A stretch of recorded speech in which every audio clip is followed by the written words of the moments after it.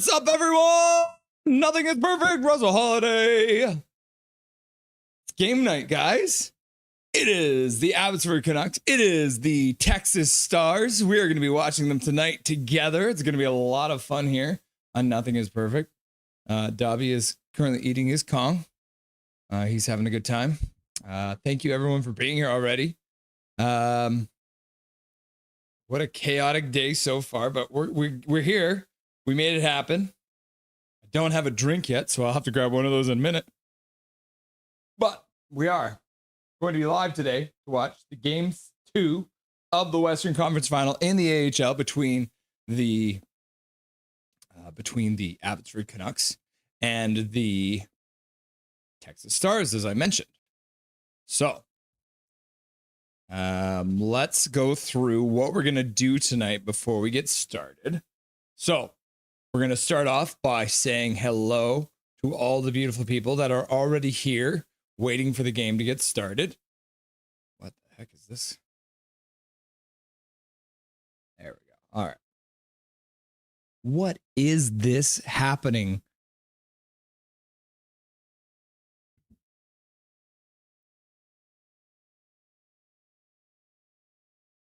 That is so bizarre. Okay, you guys can't see, but right now my Discord is like showing on. Okay, that's fine. Okay, now let's move it back over here. And we'll make that big. All right. That's so bizarre. I don't know why that's happening. My Discord is showing through my control window here. All right.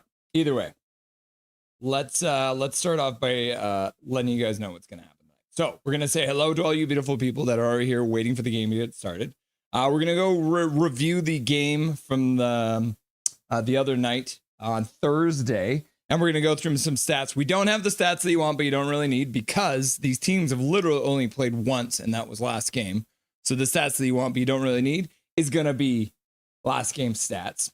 During the first intermission, we're going to be doing some Abby Canucks trivia. So if you want, you can participate by putting your answers into chat. That'll be a lot of fun. If you don't know the answers, that's all right. It's just a little bit of an education for you. So should be very, very cool for some Abby Canucks trivia. During the second intermission, Dustin Boydell will be by. He's going to be here for the Rusty and Dusty Sideshow. We'll go through the ups and downs of the first two periods as well. We'll get through some of the latest Canucks news of the day. And then he will be back again for the post-game show, for the Rusty and Dusty post-game show, where we'll break down everything that happens today here in Game 2. All right? So let's start off, like we said, by saying hello to all you beautiful people in chat. Calvin99 Charlie, me first, laugh out loud. It's pretty sweet, right? Me first. That is so bizarre. Why is this occurring right now? Move that over there. It's too distracting. The man, computers do weird things sometimes. All right.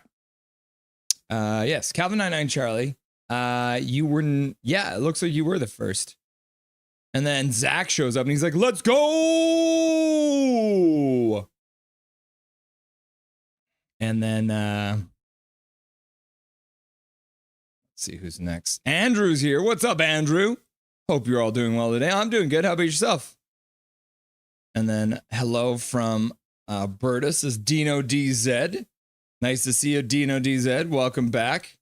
It's been a while. Or were you? No, you were here last time, weren't you? Weren't you? We were watching the last game on Thursday.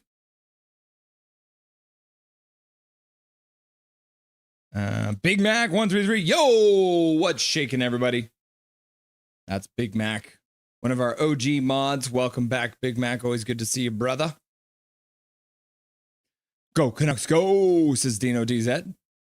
Oh, I like your picture too. Is that Paw Patrol there? Is that Paw Patrol? And then Dino DZ says, "Do you know which radio station the game will be listening?" Thank you. Yeah, it will be on Sportsnet 650, but you will also get the play-by-play here because I will be watching the game and then giving you guys the play-by-play. Big Mac 133. I'm not sure about the radio station. Sorry, Dino. And then Brian Anderson comes in with the answer. Thank you, Brian Anderson. AM 650. Yep. Jay Backup. Canada took a beating in the 2025 World Para Ice Hockey Championship final. 6-1 to the USA. Oh, the 6-1, eh? Beating up on those Canadians. Jay in the house. Welcome back, Jay. Nice to see you, buddy. Aiden Kelly in the house. Hello. What's up, Aiden Kelly? Nice to see you, buddy. Always good to have you in the house. Big Hog Hockey says, Coconuts Glow Wave. Coconuts Glow Wave. Coconuts Glow Wave. Coconuts Glow Wave. Coconuts Glow Wave. And then Aiden Kelly's, I'm preparing for tonight this time because I have curly fries and pepperoni pizza. Curly fries. Yeah, we did talk about curly fries last time, didn't we? Oh, so good. You love to see the curly fries out. And I think there was like a lot of people who were talking about the curly fries, which I found interesting. And then a lot of you guys actually really sounded like you loved the wedge fries, which I found funny because I think I've had a lot of bad wedge fries over the years. And so my opinion on wedge fries, I think, has been tainted by that. It's one of those things, right? You get the wedge fries that are not like cooked all the way through and they're just like gross potatoey in the middle. So, yeah. But curly fries, they're always good, right? Like 100% of the time.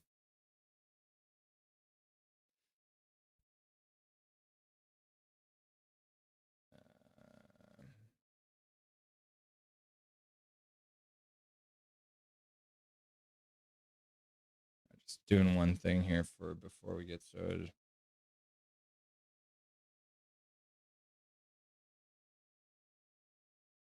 Perfect.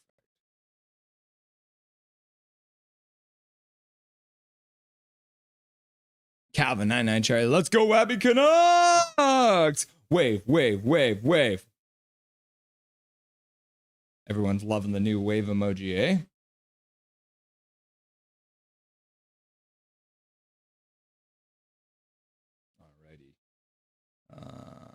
Oh, and then Big Mac says Mojo fries all day. Yeah. That's what they call them too, right? Mojo fries. I remember. I still can't remember the name, like, because there was some store in Abbotsford when I lived out there, and it was a corner store, and they definitely had like curly fries and stuff like that. So I'm not sure what it was called though, and I wish I could remember.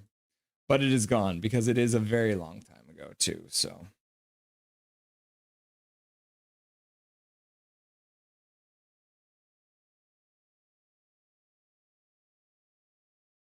Big Hog Hockey. Waffle fries? Yes. But there's, if you guys ever been to Mission Springs, there's a place called Mission Springs that is got what's called potachos. You guys ever had potachos before? Potachos are essentially nachos, but they use waffle fries instead of chips as the base, and it is delicious. There's no other way to put it.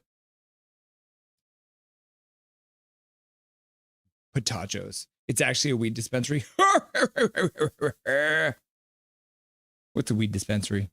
Mojo Cannabis? Huh. Mojo Cannabis. Interesting. Aiden Kelly, wedge fries are good, but I am the same as you, Russell, because I had bad experience with them. Yep.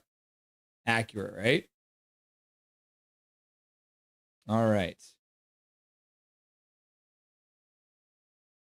Okay. I'm going to get this set up here. I don't have the actual game on my screen yet, so let's get into that. Trying to make sure that I can actually watch it. Looks like they are just doing oh yeah, the guys aren't on the ice yet, so we'll I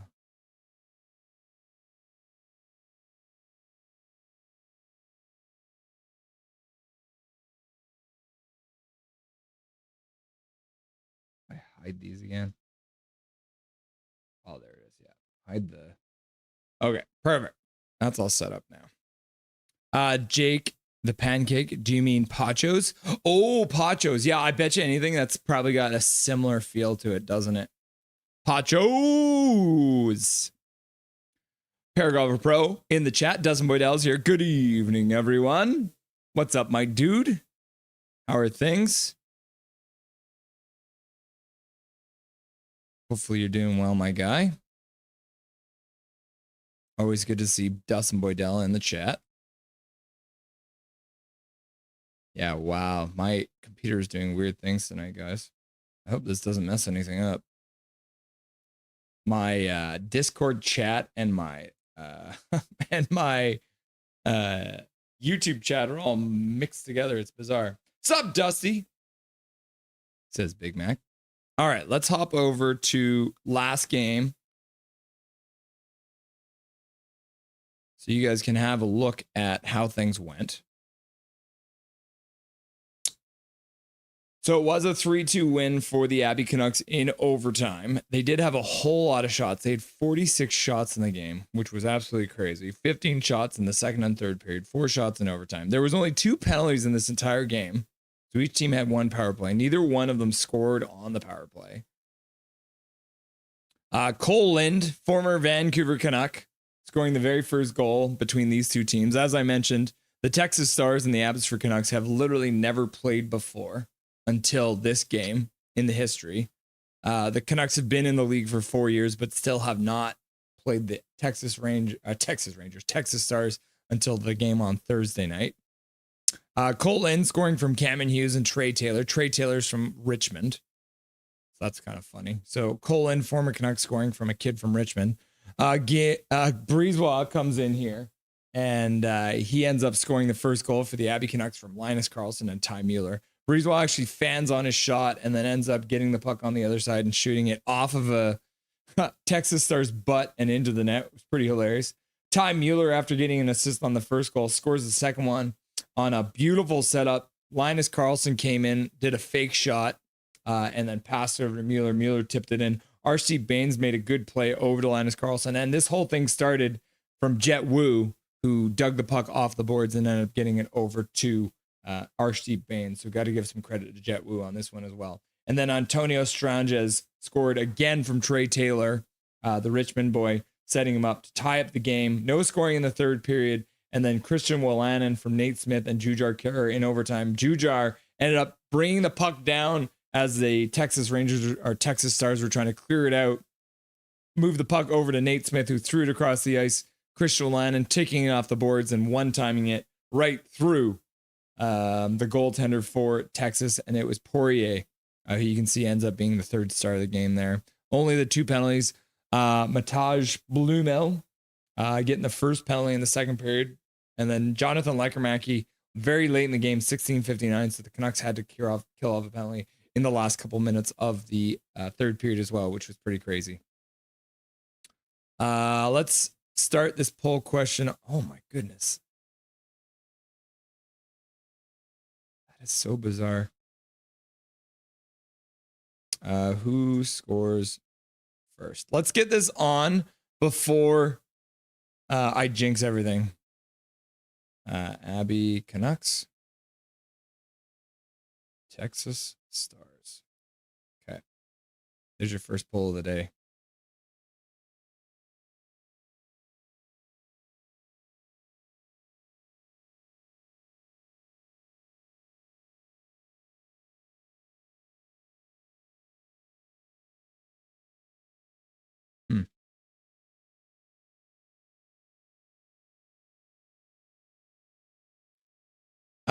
And then going back to the summary from last time, Linus Karlsson ends up with the first star of the game here. He's got the 2 assists, and then Christian Wolanin with the game winner. Plus minus wise, Cole McWard was a -2, so he was on the ice for both goals against, which isn't great. Jonathan Lekermacki was also a -1, and as was Max Sasson and Tristan Nielsen. But Jet Wu, Archie Baines, Ty Mueller, and Linus Karlsson were all +2. Archer Shelov's in net for the Abbey Canucks. Only allowed 2 goals on 38 shots, so also had a good game. So big shots on both sides. Obviously, a game that goes to overtime ends up with pretty big shots, but Remy Poirier ends up getting a saves 43 of 46 shots, so pretty wild there. And then the other thing, it's interesting. You always like to look at the shot chart. So the Abbey Canucks shot chart is very, very dense. You can see the amount of time they spent right in front of the Texas net banging around. And then more spread out. You can see this. This is all the Texas shots. They do have some in the slot here, but you can see the majority of them are kept to the perimeter. So the Abby Canucks did a good job there. If we're looking at the special teams in the playoffs, the Abby Canucks are coming in at fourth place at 21.1%. And then the Texas Stars are coming in at 22.2%. And then on the penalty kill as well, we always like to highlight this. The Abby Canucks are absolutely killing it in the playoffs. They've got 97.2% on the penalty kill right now, only allow one power play goal against. And then the Providence, and then we have to go further down. We're looking at for the Texas Stars here. They're coming in at 86.4%. So they are 11th best in the playoffs so far on the penalty kill.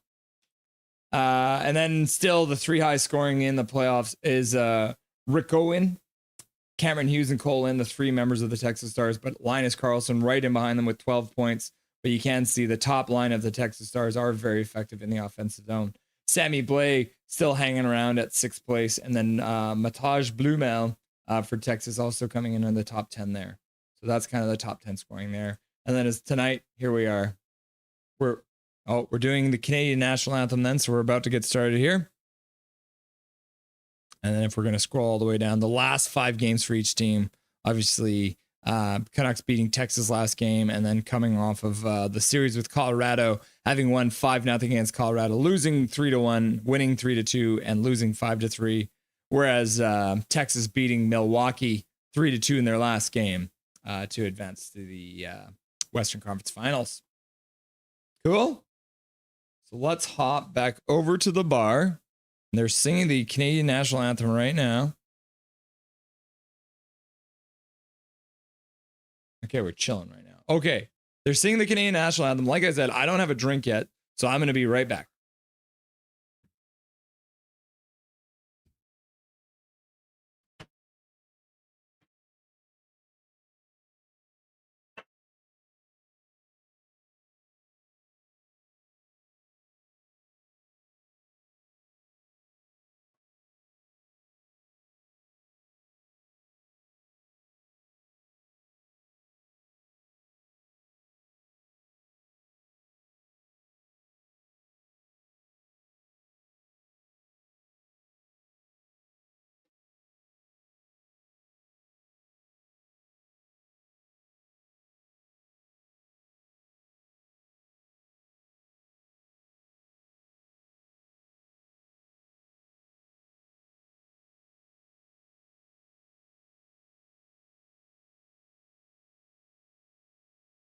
Alrighty then. The national anthem is done. They're waving their towels out there. They're getting the siren going.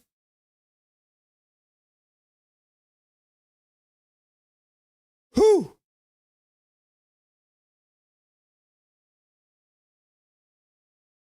All right, let's hop back into chat here. Aiden Kelly, you know what the AHL needs to do? What? What do they need to do, Aiden? Calvin 9 Charlie, Dusty! See everyone in the second intermission. Nitsued? What's Nitsued? All right. They are lining up at center now. Faceoff has been dropped. And then Abbotsford loses another draw, which Manny Malhotra was not really happy with the Abby Canucks efforts in the faceoff dot. Oh, Abby actually gets in on the forecheck and picks up the puck. Puck moving around side to side. Abby still controlling, works it up the boards back to the blue line. Jet Wu works it back down into the behind the net for the Texas. Abby almost intercept. Lek Hermaki almost intercepting on the half boards there. Texas skates it into the Abby zone. Breezewell just angles his man off. Phil DiGiuseppe plays it up to Jet Wu, who flips it out to center. Sasson skates onto it with good speed. Abby's changing now. Will Lannon at center. Fans on a dump and attempt, but manages to pick it up, dumps it in. Archie Baines there on the half boards to pick it up. Nielsen chips it behind the net, ends up coming back to him. Karlsson tries to get it back on the half boards. Baines intercepts again, back down to Karlsson. Karlsson flips it in while Lannon skates onto the puck, scoring the game winner in the last game, shoots it through the crease, ends up coming to the other side, back to the blue line. Shot down low, tried to tip it on. No joy there. Carlson all around the net already. And then Texas skates things out through center. Ritzkovian throws it to the net. Shelovs makes a save, and then the rebound comes right to the other side, and Texas gets another shot. But Wolanin picks up the puck behind the net. Puck goes off of the ref, and then Mancini picks it up there, fortunately, and he'll flip it out to center. Baines applying pressure, trying to prevent Texas from coming out. Abby completes a change. Texas with a shot. Abby does not have a shot yet. Shot to the front of the net. Shelovs kicks it to the side with his left pad. Back to the point by Texas. High slot, another shot. Fans on it completely. Shot to the front of the net. Shelovs makes a save. Didn't even see the puck, but made the save either way. And the puck comes all the way down the ice into the Texas zone. 2 shots now by Texas. Abby has had a little time in the Texas zone, but not a shot yet.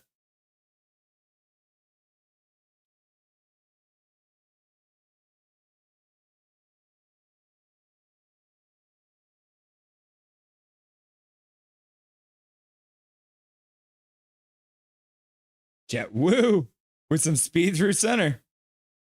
Brings it in, puts it in behind the net. Nielsen takes a hit, makes a play. And Texas manages to get the puck all the way down the ice.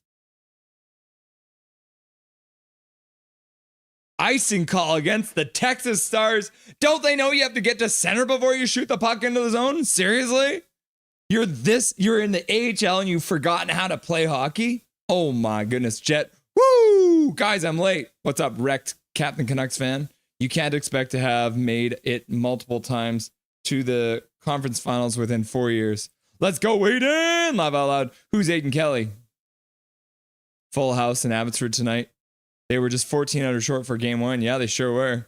Russ just jinxed the team. What? How did I jinx them? I'm me. I'm sorry I'm late. Do you accept my apology? I do, brother. Keep up the good work. And then Aiden Kelly, I think I asked you a question and I didn't actually get to see you answer it. What are you drinking? I'm drinking water. Aiden Kelly. I'm Aiden. You.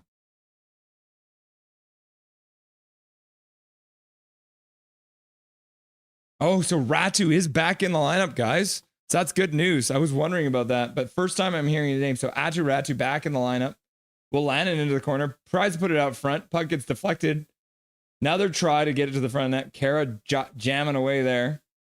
And the boys gather for a chat. No, says Big Hog.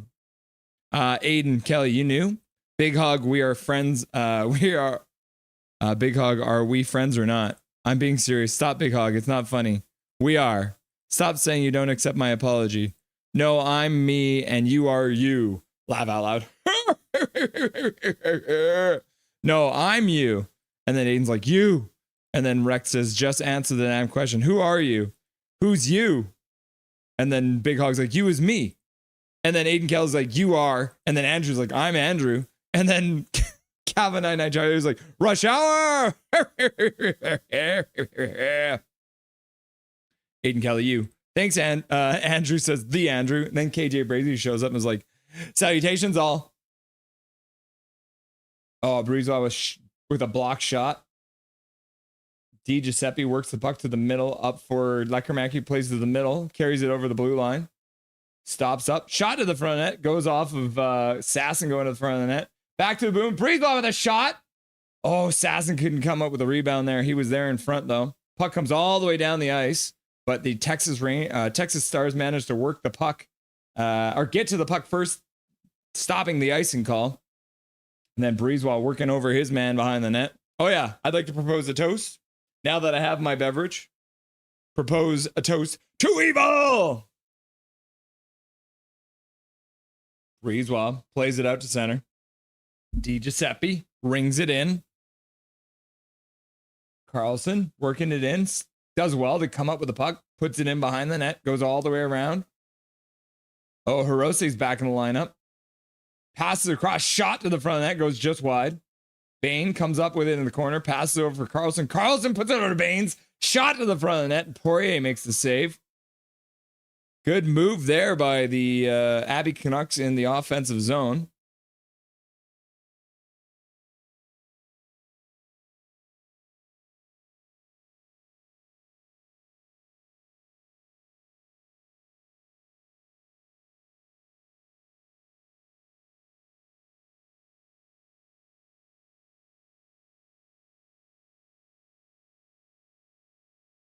Poirier makes the save.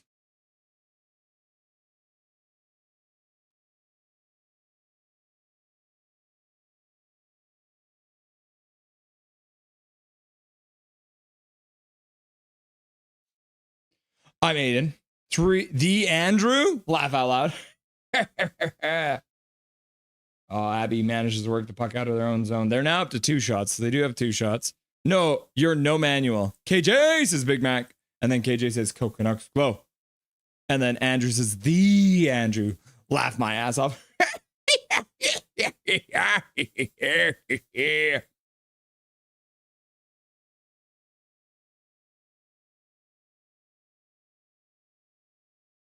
Oh, man. Trying to get the puck to Smith in front of the net. Couldn't get it there. Shot from the point by Mancini. That one gets blocked by a Texas player. And then Texas skates it out through center. Good back check for Willanen. But he ends up... comes in offside. And then they get a shot on net. Texas shoots it after the whistle's gone.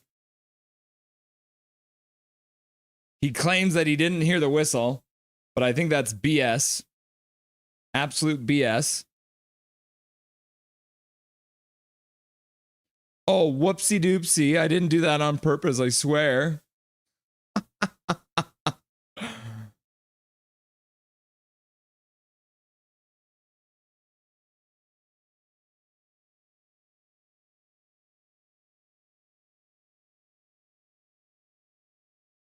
Abby's been carrying the play. They don't have the shots for it yet, but I feel like Abby has been carrying the play so far in this game. All right, Abby wins the faceoff in their own zone. They'll get it out. Russ drinking on the job. OMG. Imagine that's the sound that emoji makes. Abby works it back down again. Oh no, Abby had the puck behind the net, fell down. Yeah, Ratu, number 54 on the ice. You love to see it. Texas picks up the puck in the center ice, flips it to the far or the near corner. Willanen hits his man, can't come up with the puck. Mancini intercepts that pass. He'll flip it all the way out to center. Ratu knocks it down. 2-on-1. Oh, he couldn't get the backhander over for Nielsen. I think he was coming in with. Oh, no, it was Carlson. So Ratu and Carlson playing together here.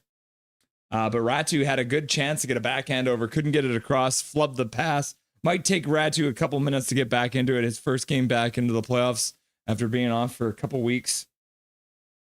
Abby works the puck. Kudratsev skates in. He gets grabbed onto a little bit. Works into the corner. Works it back to the blue line. Lecker-Mackey covering. Puts it back in behind the net. Lecker-Mackey with a shot. Poirier with a save. But he gets the no rebound. Lecker-Mackey with a nice shot off a give and go. And Abby gets their 4th shot of the game. So Texas got 3 shots early. Now Abby's up to 4 shots. So 13:27 left to go in the first period.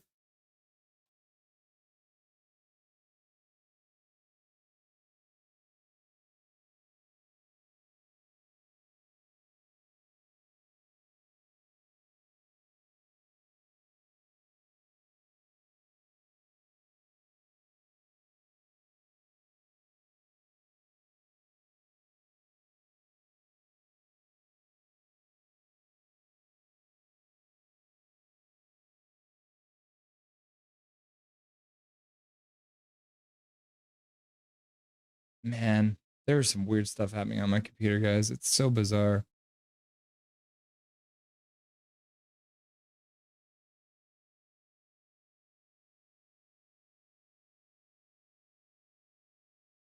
We are in a media break.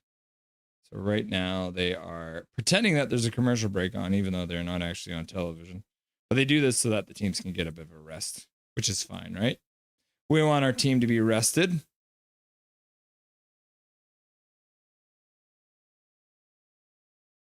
Okay.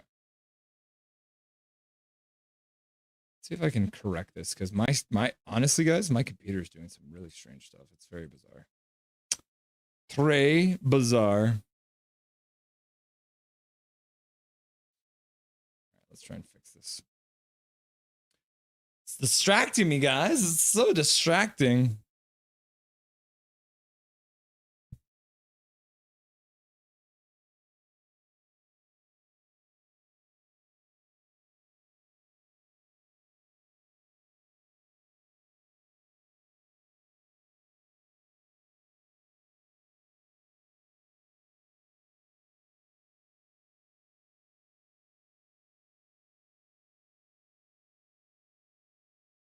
Okay.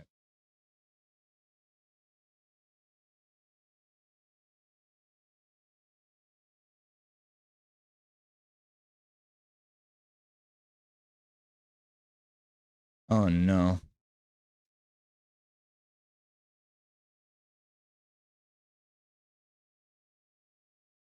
Oh, guys, things are going sideways. Things are going sideways, guys. My whole computer's about to crash on me. What the heck is going on?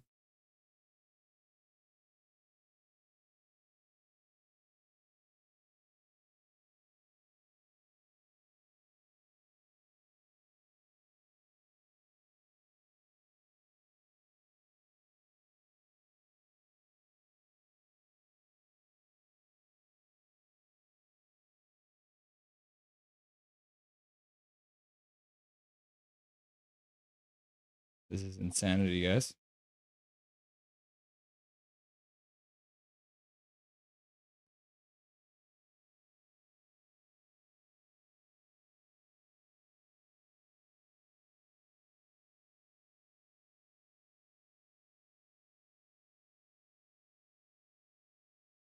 Everything is busted.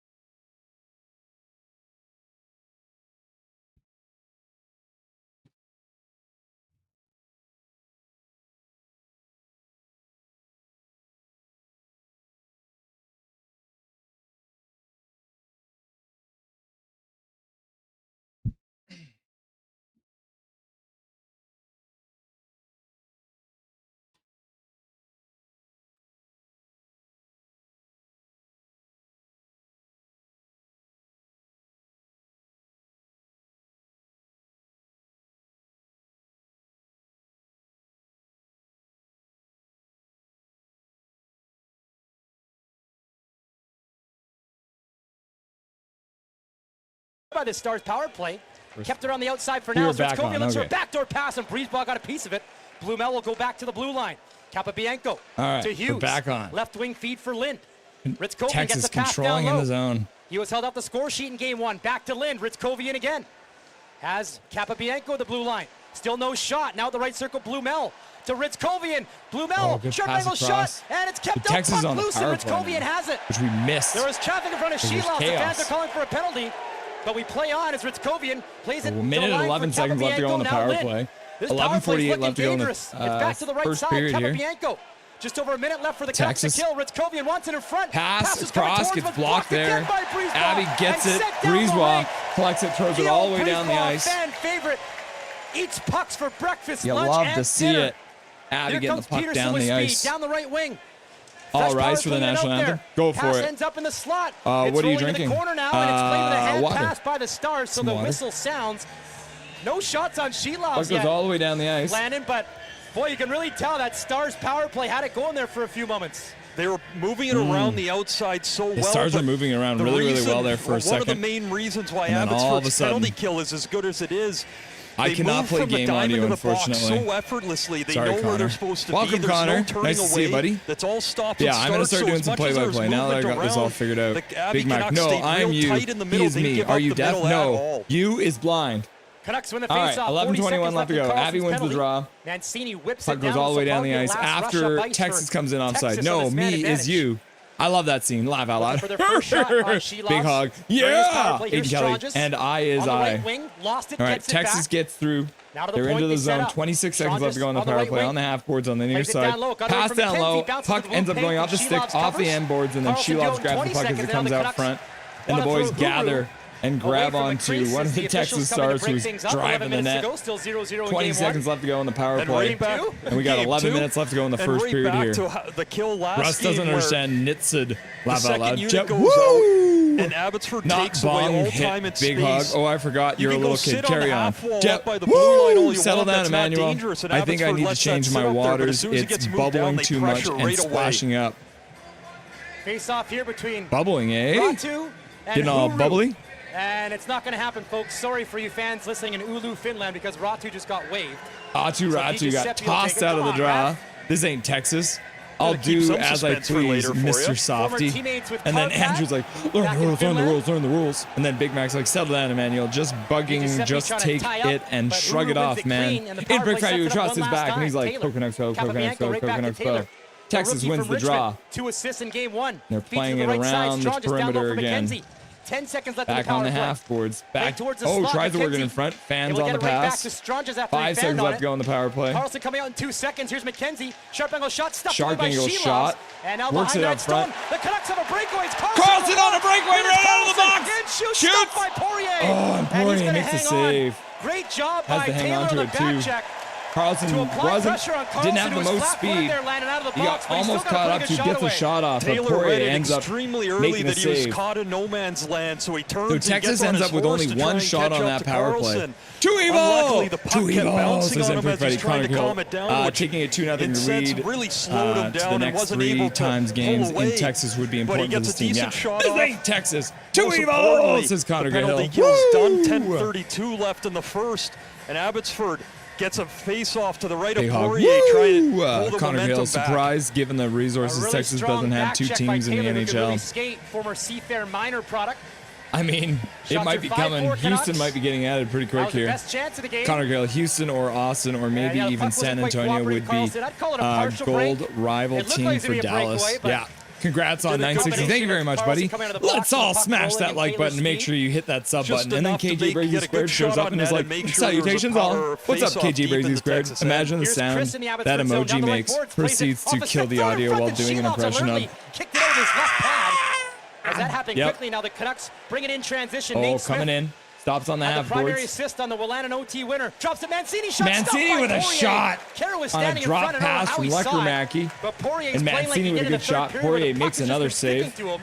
10:07 to go. Canucks gonna get set for Fuck yeah, Ratu's back. Yeah. Come on, Abby. Let's get the first goal. Mancini for the first goal. I'm going for Lecker-Mackey. Just inside Have his you own tried blue line, smacking your PC? Let's see. Pass up the boards. He fires it all the way across to a Too much not suitable for work. Playing save, Russ. Able to find the next play to get a shot on net. Oh, there's Discord's they move through the neutral zone guys. so I can't even fast explain there, to it you. gave My Texas computer no has time been to try and doing react some to what strange was going stuff. on. So hopefully it settles down here. That's not being used. Usually, crossing our fingers. Hey, Ichigo. Hashtag pray for us. Yes. Dear Lord Satan, please let my computer do its job properly. Hey, Ichigo. How are you? How old are you? Hi, says Ichigo.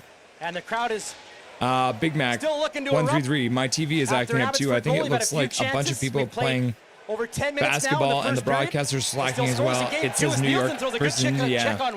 After he delivered the puck. That's weird. And now it's in Abbotsford ice. It's on the wrong channel or something. Still wins the battle, trying to poke it out, but it's kept Abby in can't get the for puck now out. by Texas. Now they got a man going to the back door. Oh man, and it was White man going back door. Mancini ends up bring it the other way. or hitting the Chase pass. Waters with a soft dump around Capabianco. Waters will play it around the net. Into the Off zone. His point is Hirose Rings trying around to the keep it in. boards. It comes to Capabianco. Hirose pinches down from the point. And gloved down by Wheatcroft, who makes his series debut. Nice steal by Ratu on the back. Ratu intercepts it at center ice, puts it back for Kudratsev, over for Hirose. Shots to 6'5" Abbotsford. Linus Carlson back on the ice, plays it in for Baines left wing. Baines tied up by Hughes. Tied up Carlson on the half boards in the Texas zone. Pass to the front net. Mueller with a shot. Kudratsev on his backhand, plays Tipped it in off deep. the glove and just wide. Comes back up the sidewall for Mueller, Huru. forechecking again. Carlson comes up with it, puts it in behind the net. Baines on his horse, can't get there before Baines Taylor. trying to get there, couldn't quite get there in time for the puck. Texas skates it out, moves it over the blue line in the Canucks zone. Taylor works it down low, into the slot. He shoots, and he's stopped by Sheelovs with an amazing save, lunging to his right with his blocker to prevent Texas from going up 1-0 with only 8:41 left on the first period. This is another fast-moving first period here. Shots are now 6-6. That's probably the best chance so far tonight, guys. But Sheelovs coming up big to keep it a 1-1 draw. I think your efforts at doing to fix your period. Cause your PC to panic attack. Yeah, correct, Big Hug. Huru stays with it. Can't clear though. Breezeball's shot. Blocker Another in front. shot to the front of the net by the Canucks. And it is poked to center by Blumel, who needs to get off. Gets cleared out falls, center. Takes the pass Abby can't come up with the puck there. Battling Still right at the pops free to Taylor, who Texas goes in his blue own line. zone 8:04 left to go in the first high one in the period. Abbotsford zone where it's picked up by Breezeball. Breezeball picks it up in his own zone, plays it up the boards. DiGiuseppe couldn't collect it at the blue line for Texas. Sasson with speed coming down. Look at the front of that. Tries to go 5-hole, and Poirier keeps it out. 5-hole he thought he had it, but 7:48 left to go. Texas works it out to center. Breezeball back to pick it up again there. As these two Goes teams in behind his own net, plays it over for Wu, puts it up the boards. After a strong performance in game one, doing it again here. Archie Baines. No, that was Jujar Kara. Plays it over for Breezeball. Breezeball flips it down the ice. It lands in the Texas zone for Nate Smith. Good work by Nate Smith to beat out the icing call. Working onto it. Comes up with it. Comes out of the corner. Stops on the half boards. Turns again. Puts it back to the blue line. Bolan with a shot. Not enough for the screen in front though, and Poirier saw it all the way and covers it up. With 7:16 to go. 19. And the Texas defender 20, White does 21. a great job Nice. of clearing I know Sammy his Blay own out from the son's front age, of the don't net worry. as they're having words right now. I know my own son's age, don't worry. Laugh out loud. I know, right? Big hug. To see that oh, shot all sounds the way in. of us. Abbotsford Might want to fix that, Russ. I can hear it. Let's They've go. had a couple breakdowns in their own end Andrew. on the two rushes that Texas has had. Oh, can you hear the? Can you play the game? I mean, I hate PD to see him get pulled. I can't let him. We can hear it, Russ. Oh, Hachiko. Then he better turn the audio off the audio, laugh out loud. Will you get copyrighted? I don't know. So I turned it off now. I don't understand why you guys could even hear that. Trey Bizarre. Okay, I'm sorry I had to turn that off. That's not allowed to be in here. Okay, there we go. Dude, we can hear the audio loud and clear. I can hear the game. Ross! Oh my God, someone dono so we can see it. Audio is a really chaotic. Radio is on. Oh my God, guys, this stream so far. Thank you very much, Big Mac. I appreciate the dono. Audio is chaotic. Radio is on. We can hear the game audio on, dude. Bro, this game so far. Well, Lannon took a dive in the corner. Looks like he got hit a little hard there. Took a minute to get up. Texas coming through center. Thank you, Connor Hill, also for the $2 dono. For your YouTube career, laugh my ass off. So Russ can get paid. Tell him to pull off. This is low-key funny. I think Russell's headphones isn't in. I can hear the game audio. Russ, my dude. Okay, we got it fixed now. 6 minutes left to go. Ratu throws a big hit in the corner. Can't come up with the puck, though. Laugh my ass off. Russ! Bye-bye monetization. Copyright, Big Hog. It's copyright! Big Hog is 9 years old. He wouldn't know nothing about that. I'm crying now. He hasn't seen. It's not radio. It's fucking chaotic. I can't focus on anything. It's flow. Russ, Nitsud is Dustin backwards. Yep. Nitsud! All right. I think we're back on track, everyone. 5:49 left to go in the first period. Big Hog, he just said he can't play it. Yeah, and then I'm literally playing it. Unbelievable. There's a literal pop-up when someone donos. Russ is doing this on purpose. No. We got there eventually. I totes don't mind hearing the game, just don't want Russ to get in trouble. True, thank you. But he is and has no idea. My bad, guys. This is gold. Russ streaming, not streaming, right? Laugh my ass off. Someone put this on Russell's end season highlights. Yeah, of me just chattering over Brandon Astle. He'll get to the chat eventually. Yeah, what a save! By the rate, Russ will never see it until the first intermission. Well, we got there just before it did. Oh my goodness. Oh my gosh. Lucky us, I guess. Laugh my ass off. You're gonna get shut down if you don't mute the game feed. Yeah, we're good now. We're good. We're chilling now. This isn't water. Let's face it. What do you mean? All right. 5:49 left to go in the first period. Coming right back from the commercial break here. Oh, no. Ratu, that big hit I was just talking about, he ends up, looks like he took the worst of the hit, and he ended up going to the dressing room, which is not a great start to his game. Abby plays it out of the corner. Up to center. The Canucks one of the guys got dumped at center. Mueller got dumped at center. And looks like Abby's going to get the first power play of the game. White for the Texas Stars is going to the box for interference or tripping. Let's see what the ref says. 2 minutes for interference on Mr. White.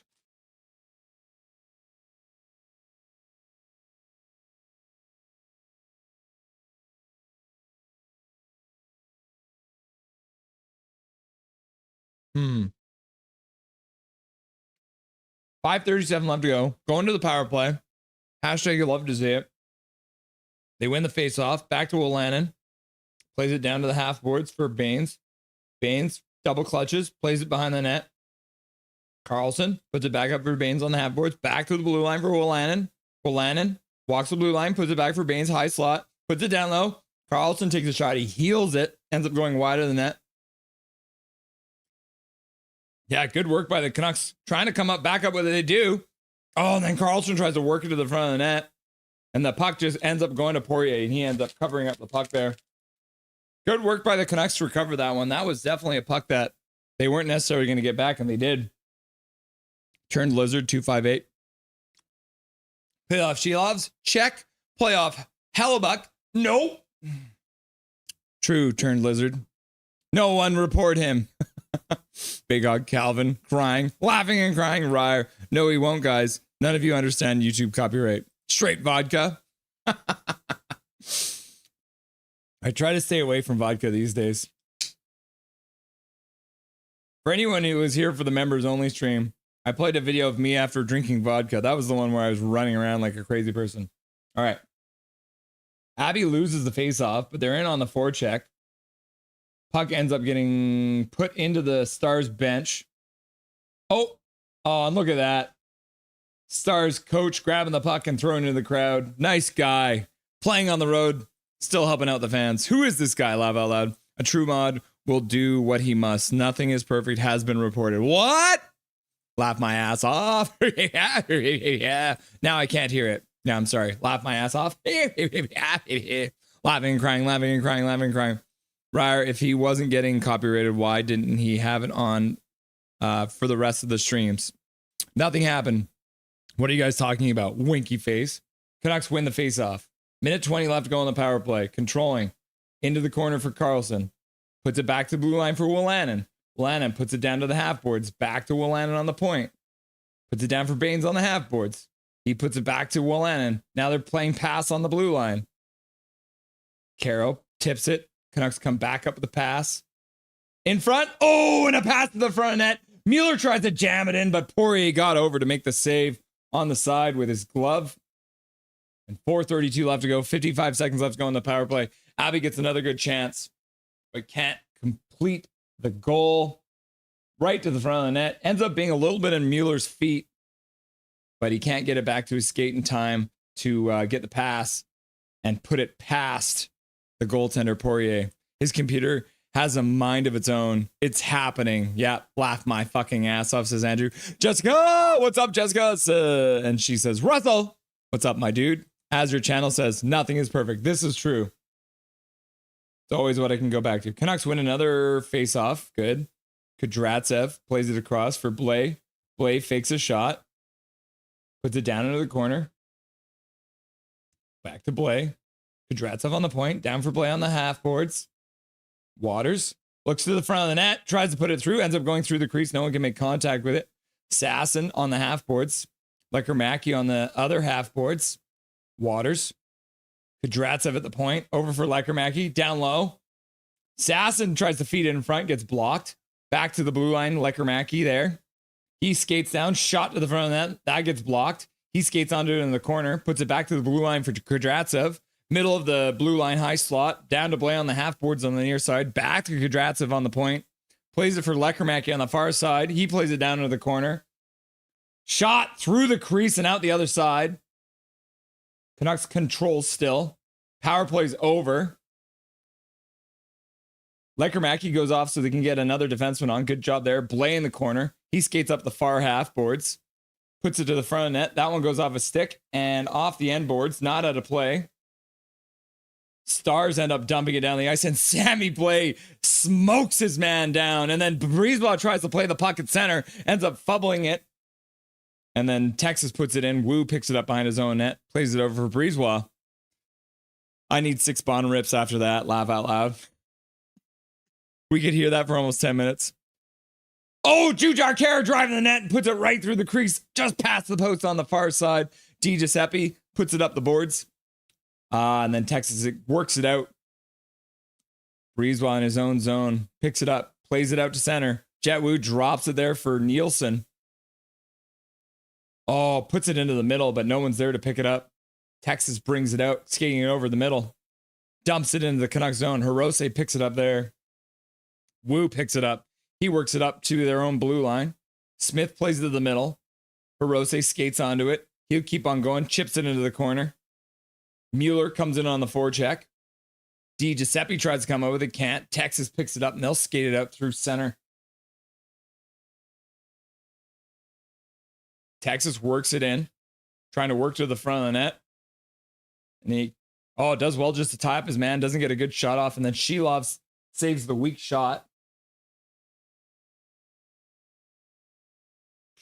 Hirose, long pass out to center. Baines puts it in deep. Poirier stops it behind his own net, plays it to the near corner. Up the boards, out to center. Canucks dump it right back in. They'll have to tag up, though.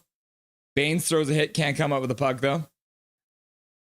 And then the Texas Stars work it into the Abbey zone. Brisebois picks it up, plays it off the boards, out to the other blue line. Carlson dumps it into the Texas zone. And 1:27 left to go. Texas starts moving out. They'll skate through center. 2-on-2. Shot to the front of the net, goes off a stick, off the boards, and gets picked up in the corner there by Texas. They'll skate up to the blue line. Puck in the slot, shot down low.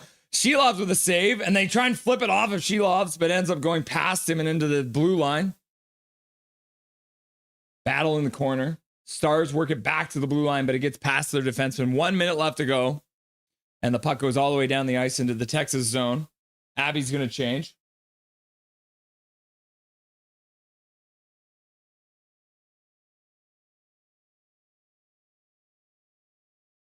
Nielsen skates through center, fakes it, goes to the boards, tries to play down the boards, runs out of space though.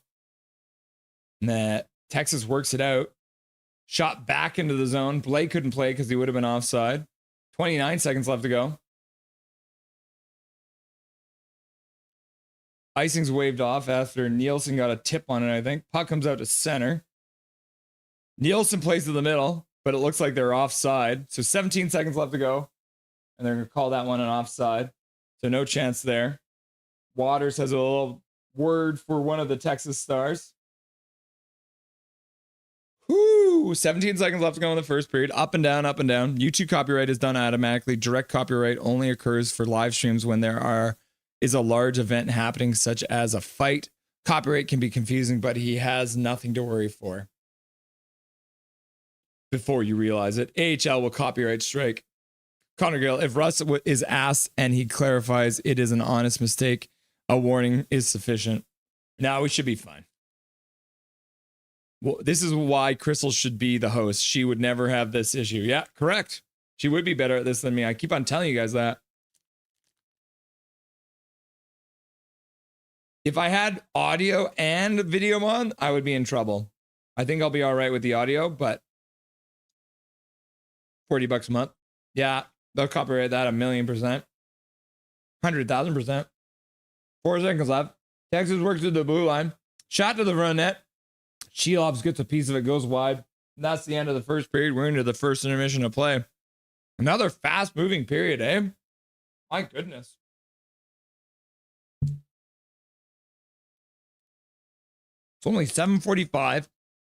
Game started at like 7:05. So we only had about 40 minutes of time and they did the whole period. That's pretty crazy. If not YouTube, someone else will.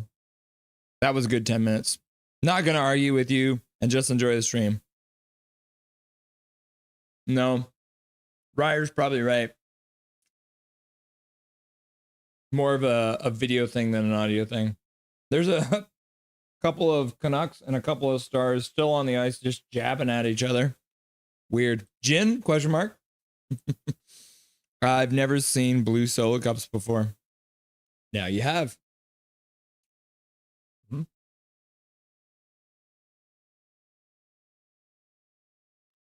Oh, yeah. Walmart, KJ. Yeah, you can get them at Walmart. I think I got these ones at Superstore. Same difference. Because you're wrong, laugh out loud. You're. That's pretty funny. Calvin and Charlie. You're. Aiden Kelly. The Pacers are going to the NBA Finals. Hashtag you love to see it. This is KJ Brazy. Someone called the police. Laugh out loud. A quick Google search tells that streaming a paid service is not allowed. Flow is a paid service. Let's go, Abby, says Jazz. Coconut Flow. Coconut Flow. Coconut Flow. Copyright infringement. I'm out. Enjoy the stream, guys. Sorry, Ryer. Come back soon, buddy. Get wrecked. See ya. Ode out, Jimmy. Peace out, homie. Obviously joking. Laugh out loud. Come on, Mancini. Connor Gill. I have to say, Russ, you're taking this setback very well. I fear for your channel after this mistake. Nah, we're good, brother. Nah, we're fine. Never happened, Connor. Omerta. It could still happen, KJ Brazy. Could be after the stream ends for all we know. At Big Hog Hockey says J Bogcut. It actually says nothing is perfect. Yep. Russ, play-by-play will suffice. Thank you, KJ. I try my best. But like I always say, I'm more of a color commentary guy. But let's get the first goal. Anyone playing Elden Ring Night Rain on PlayStation? I am not. Is that the new one? Never played Elden Ring. Can Russ get demonetized if he isn't even at 1,000 subs? Same, KJ, says Aiden Kelly. Never played Aiden. Never played Elden Ring. Good question. It has taken my greatest game of all time. Elden Ring is amazing, hard, but amazing. I actually started GTA 5 story mode over. 1,000 subs is monetized plus 4,000 watch hours. Yeah. He for sure has over 4,000. Yeah, easily. You're right. We do. We have lots. We get about 30 to 40,000 views a month. Yeah. By mid-season, he'll have 1,000 subs. I'm hoping by the end of the playoffs, we'll have 1,000 subs. We're getting close. I will make 40 new accounts as KJ. Calvin NHL. Russ has motion is why isn't worried. Laugh out loud. Andrew, Russ equals Shorty Jr. Yeah, stop. You're going to make me blush. Gabriel Moteo, where can I watch the game? It is on Flow Hockey, which is unfortunately a paid service. Or you can listen to me do my play-by-play as I watch the game. Or you can watch on AM 650, Sportsnet 650, Flow Hockey. My wife said you were better than the Abby Canucks play-by-play guy a few games ago. Oh, no jokes. Laugh out loud. If I send the server info here, I'll get censored. For me, it's more don't want to get strikes so you're close. Yeah, correct. Mods can send links. All right. As mentioned before, we are going to be doing some Abby Canucks trivia. So let's get started with that now. All right. Get this set up here. Let's get rid of that. We're going to get rid of this. All right, guys. Since we are in the first intermission, it is time for a little bit Abby Canucks trivia. All right. First time we've done a bunch of different kind of trivias. Today we're going to do the Abby Canucks trivia. So what's going to happen? Gary Wiseman shows up just in time for trivia. Soup Gang! What's up there, Gary Wiseman, the funniest man in chat. Aiden Kelly, I'm front. And Gary Wiseman's like, I'm back. All right. So, Abby Canucks trivia. So what we're going to do, I'm going to ask you the question. It is multiple choice. And then once I ask you guys the question, you guys give me whatever answer you think it is. This one might be difficult, you know? At the end of the day, if you don't know the answer, don't worry. You're going to get educated. All right? So here we go. First question of Abby Canucks trivia.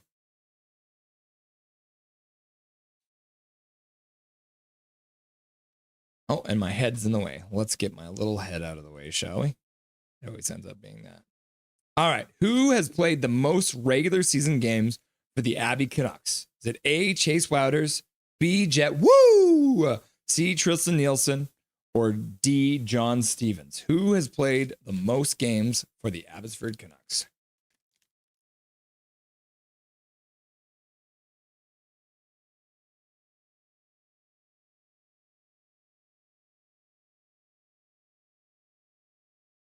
Andrew saying A, Chase Wouters.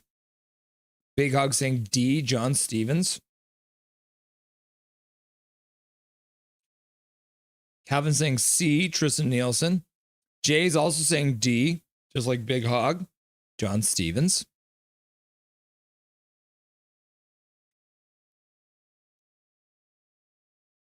Wow.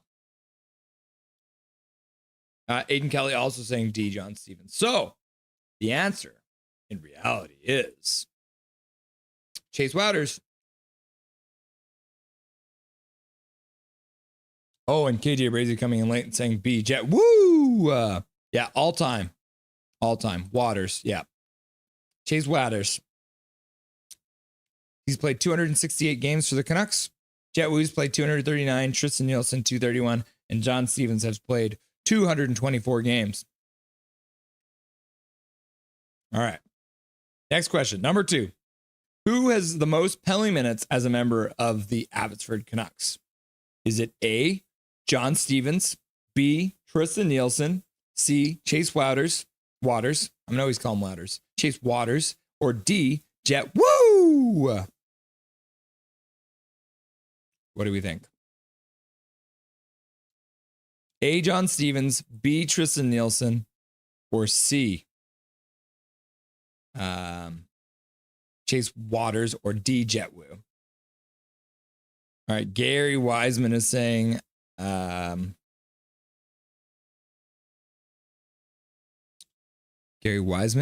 D, Jet Woo.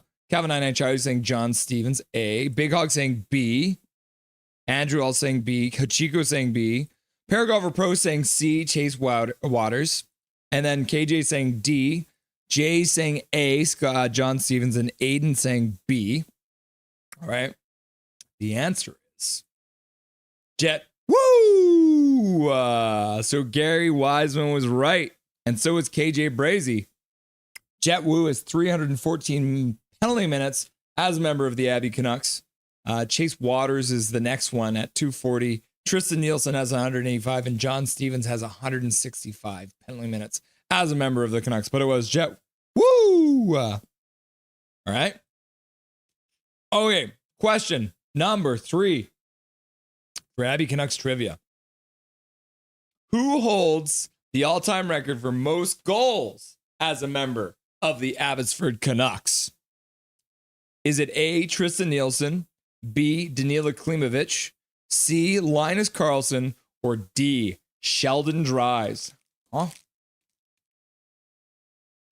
Most goals by a member of the Abbotsford Canucks. Nielsen, Klimovich, Karlsson, or Sheldon Dries? What do we think?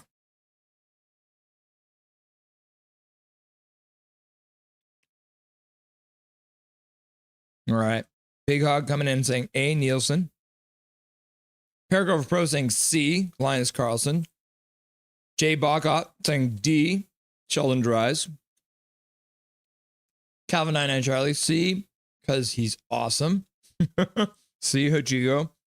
C, KJ Brazy. C, Gary Wiseman. Aiden Kelly says C. Jake the Pancake saying C. And Andrew also saying C. And then KJ Brazy saying C because Dusty says so.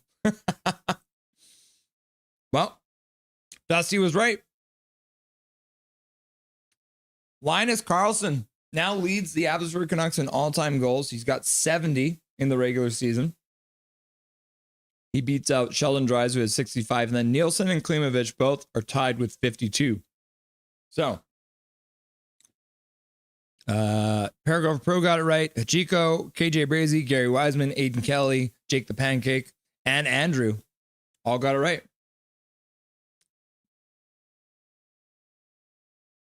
Do I get bonus points? Yes. Andrew, I award you 1 bonus point.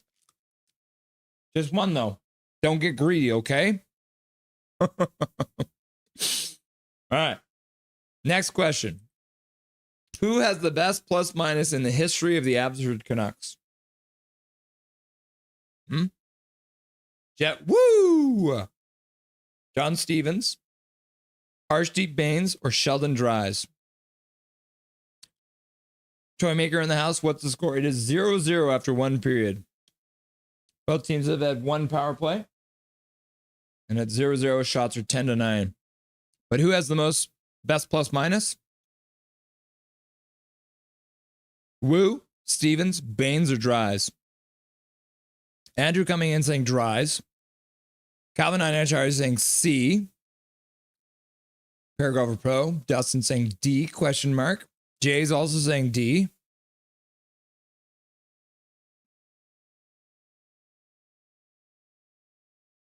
Game is still on. We're just in the first intermission, Toy Maker.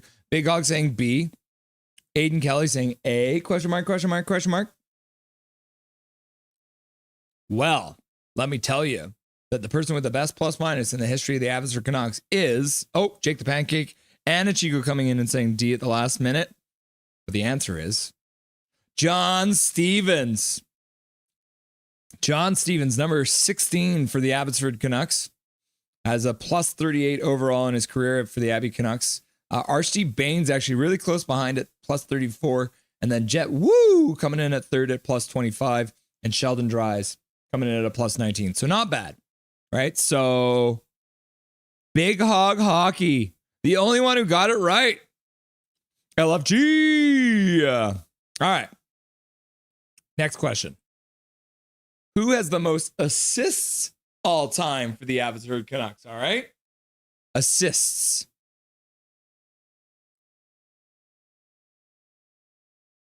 Is it A, Linus Karlsson, B, Arshdeep Bains, C, Christian Wolanin, or D, John Stevens? What do we think? Who has the most all-time assists for the Abby Canucks? Karlsson, Bains, Wolanin, or Stevens? What do you guys think? Who's got the most apples? Andrew saying A, Karlsson. Calvin 99 Charlie saying A again because he's my favorite player. Hachiko saying B, Bains. Big Hog saying C, Wolanin. Jake the Pancake also saying C. And then Jay is also saying C, Wooly or Wolanin. And then Aiden Kelly saying B, Arshdeep Bains. Well, the answer is Christian Wolanin. So we got Big Hog, Jake the Pancake, and Jay Bacot all getting the answer right. It is Mr. Wooly. He's got 109 assists as a member of the Abbotsford Canucks.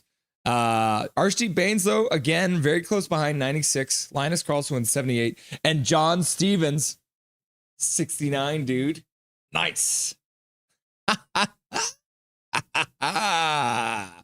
Big Hog's like, well, gee. All right, next question, number 6. Who had the most amount of power play goals as a member of the Abby Canucks? So who's the power play merchant here? Is it Klimovich, A, Sheldon Rempel, it's a new Sheldon, B, Linus Karlsson, C, or Sheldon Dries, D? Who has the most power play goals as a member of the Abbotsford Canucks? Klimovich, Rempel, Carlson, or Dries? Hachiko saying C, minus Carlson. Big Hog saying C as well. Andrew saying C. Aiden Kelly saying C. Gary Wiseman, the first one to say a different one, saying Klimovich. And then Calvin 99 Charlie also saying C and also saying W. Stevens, 69 says. And Jay's happy he got the last one, which is great to see. That's easy. All right, most power play goals by an Abbotsford Canuck all time. Sheldon Dries. Oh, and then Jay Bacot, he did get this in right before I put the answer up, so that is correct, D. And then Jake the Pancake saying C, but it is D. Sheldon Dries, he's got 25 power play goals as a member of the Abbey Canucks. And you got Linus Carlson not far behind at 21. So, but Linus Carlson probably ends up playing for the Abbey Canucks next year, so he may not catch Sheldon Dries, but we'll see what happens. All right. Next question, number 7. Who has the most points overall? So this is the last question about the forwards, and then we're moving into the goaltenders. Who has the most points ever as a member of the Abbey Canucks? Is it A, Archie Baines, B, Linus Carlson, C, Sheldon Dries, or D, Christian Wolanin? Who has the most points all time for the Abbey Canucks? Archie Baines, Linus Carlson, Sheldon Dries, or Christian Wolanin? Big Hog, first one through the gate, saying D, Wolanin. Jake is also saying D. Aiden Kelly also coming in with the D. Hachiko saying D. Andrew saying D. Jay, the first one coming in, saying C. Everyone else has answered D so far. Jay trying to be the black sheep here. Well, let me tell you, the answer is member of the Abbey Canucks with the most minutes, or the most points, Linus Carlson, 148 points as a member of the Abbey Canucks. He's your all-time leader for points. Not far behind, though. Once again, Archie Baines with another second place. Andrew saying B. He did get it right. Andrew, you got it right at the last second. 148 points, and then Wolanin has 124, and Sheldon Dries has 118. All right. Who has the most wins all time while goaltending for the Abbotsford Canucks? Hachiko and Big Hog thinks it's rigged. Who has the most wins as an Abbey Canuck as a goaltender? Spencer Martin, Michael DiPietro, Artur Shilovs, or Nikito Tolopilo? Who has the most wins as a goaltender for the Abbey Canucks?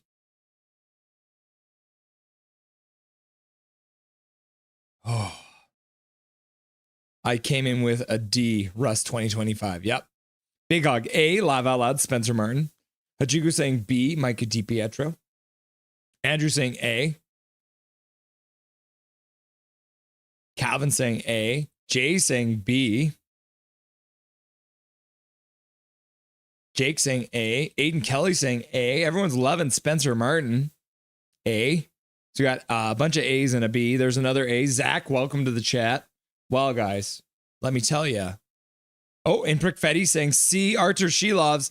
And Imprick Fetty coming in at the last minute, getting it right. With 59 wins in the regular season, Artur Shilovs by far has the most wins as a member of the Abbey Canucks. All right, so we do have 2 more trivia questions left, guys. Thank you for playing along. We are about to get back in the action. They're lining up the second period face-off.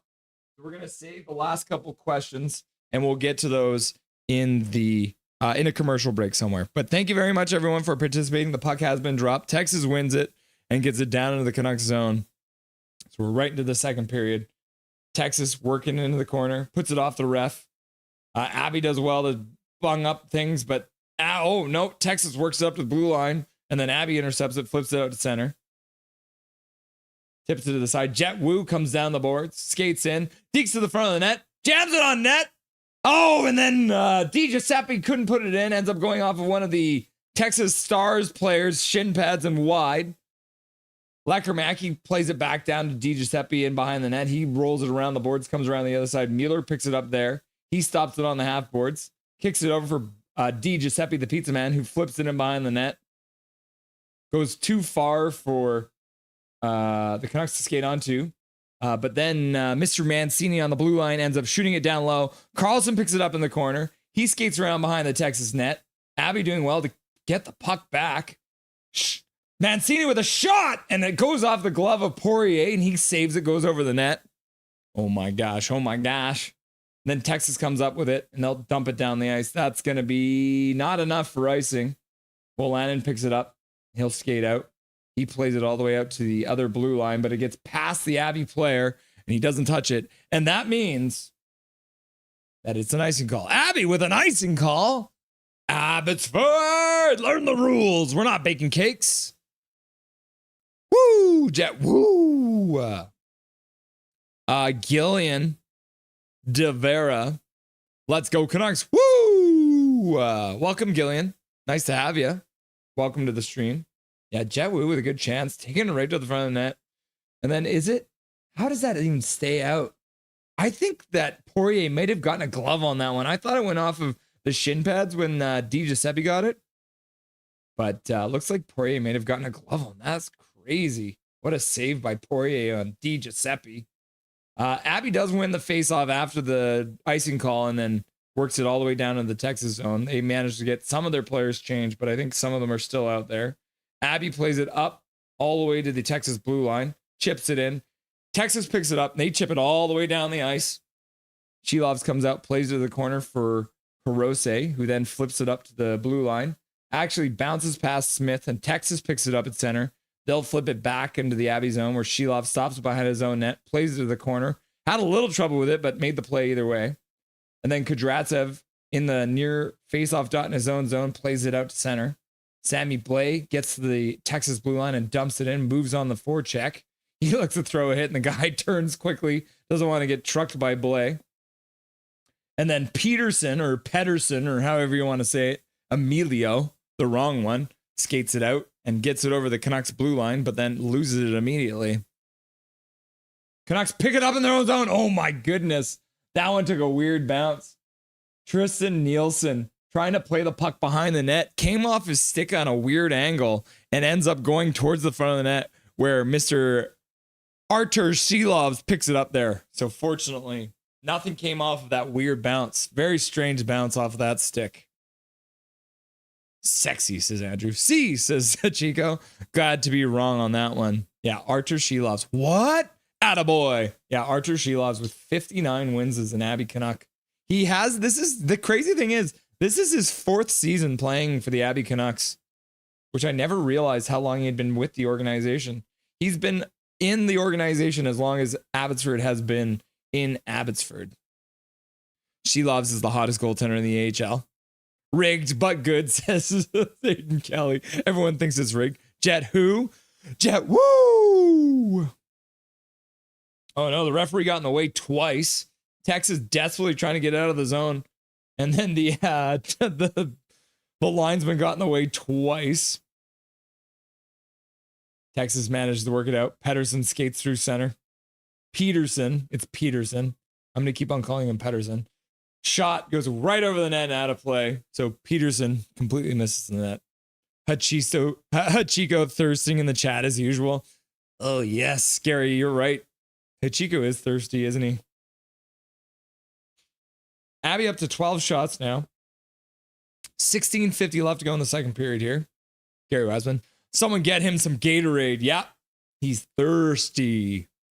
Zach McNally, 25. Leafs, big fan. Learn the rules, learn the rules. Thank you for getting that up for the Abbey Canucks. Make sure we get them on the straight and narrow here. Don't want them trying to bake cakes instead of playing hockey. Waters loses the faceoff, and Texas gets a shot right off it. But Abbey player gets a stick in the way and directs the puck over the glass, so they'll have a face-off in the same spot. Hachiko, someone get me into the Abbey Canucks locker room. What? In Prick Value Trust. Someone get him the rule book. Yep. Abbey wins the face-off in their own zone. Mancini picks it up in the corner. He skates through his own slot, passes over to the other side. Abbey works the puck down low, but did they get... The goalie came out and played it. It shouldn't be icing. That's not icing if the goalie comes out.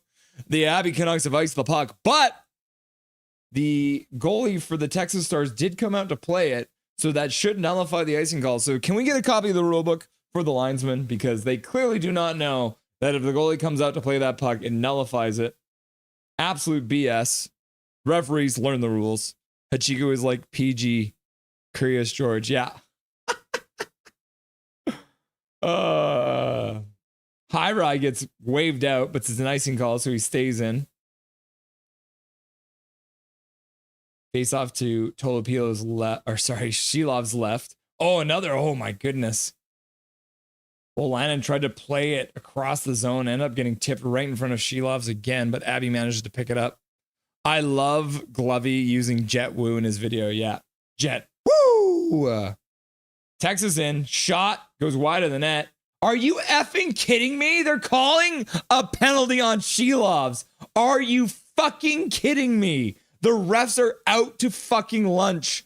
The Texas Star player was driving the net, and Shilov's just stood his ground, and now they're calling it a tripping call. Number 47, shake your head, you zebra motherfucker. That is insane. Yeah, he likes that banana. Yeah. Are you effing kidding me?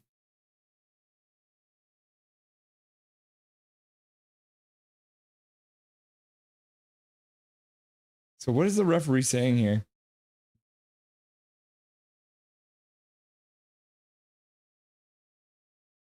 So now Texas is going to a power play. Well, Lana's going to serve the penalty. So face off in the Canuck zone to Shilov's right. Waters taking the face off. Loses it. Texas controls. Copabianco plays it down low. Lind in the corner, plays it back to the blue line. Shot to the front of the net. Oh, that deflects and changes direction, but goes wide anyways. Back to the blue line. Texas up there. Plays it down low. Onto the half boards. Back to the blue line. Back across the blue line at high slot. Pass across the zone. Shot goes wide of the net on the near side. Goes off the end boards. Comes all the way back to the blue line. Texas picks it up there. Stars controlling again. On the far side. Half boards. Back up to the blue line. Capabianco shot to the front of the net. Shilov's gets the blocker on it. Chips it to the corner. And then Abby gets it out to center. And they'll try and change it a little bit. Jet Woo lays his man out right on the blue line, knocking him down, trying to enter the zone. And he's like, hell no, I'm Jet Woo, don't you know? Knocks his man down, and then Texas picks it up after the puck gets cleared and brings it back into the zone. Shot to the front of the net, goes wide. Woo on the half boards, works to the middle. Mueller sends it all the way down the ice. Good play by Jet Woo there. Yeah, swear jar, swear jar, swear jar, swear jar, swear jar, swear jar, swear jar. Yeah, lots of swear jars, Jay. I'm sorry. Big Hog Hockey crying, saluting. Nita Molson. Peta. Taylor. Trey Taylor brings it all the way down into the corner on the near side. Skates back up to the half boards. Puts it back to the blue line for Peterson. Peterson plays it to the other side. Back down into the corner on the far side. McKenzie puts it behind the net. Huru misses it. Comes up the half boards. Baines does well to get the puck out past the blue line. 6 seconds left to go on the power play. Texas moves it back in. Shot to the middle. Glove side by Shilov's. Puck comes out to center. Wolanen's out of the box. The Canucks have now killed off the power play. 14:07 coming left in the second period here. Stars back on the attack, though. Shot to the front of the net. Texas couldn't get a stick on it in front of the net there. Puck goes right through the crease and out the other side. Mancini throws a hit. Kara helps out Mancini, works up the half boards. Wolanen with some speed coming out of the zone. Cuts on the blue line. Skates across. Shot. And it goes off a stick and out of play. Good back check there by White to get a stick on Wolanen's shot. Scoreless still. 0-0. 13:39 left to go in the second period of play. Baines will pass Stevens. Yeah, I think there's a lot of things that Baines might pass in. He was second place on a lot of those, eh? All right. Well, since we're still pretty close to it, let's quickly hop over. I'm going to quickly hop over to the trivia again. So let's quickly look at that. All right. Everyone get your trivia hats back on. Get rid of these so you can see it. All right. Which goalie has the most shutouts as a member of the Abbotsford Canucks? All right. Yuri Patera, A. Spencer Martin, B. C. Nikita Tolopilo, or D. Artur Shilovs? Who has the most shutouts as a member of the Abby Canucks? Patera, Martin, Tolopilo, or Shilovs?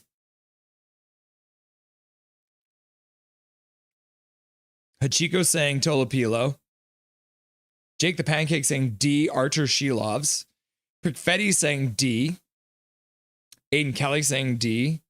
Gary Wiseman saying C. Calvin 99 Charlie saying D. Andrew saying D. Jay saying B. Big Hog saying D.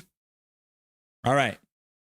The answer to the question is Artur Shilovs. So Jake the Pancake, Perfetti, Aiden Kelly, Calvin 99 Charlie, Andrew, and Big Hog all getting it right. And then KJ Brazy coming in late.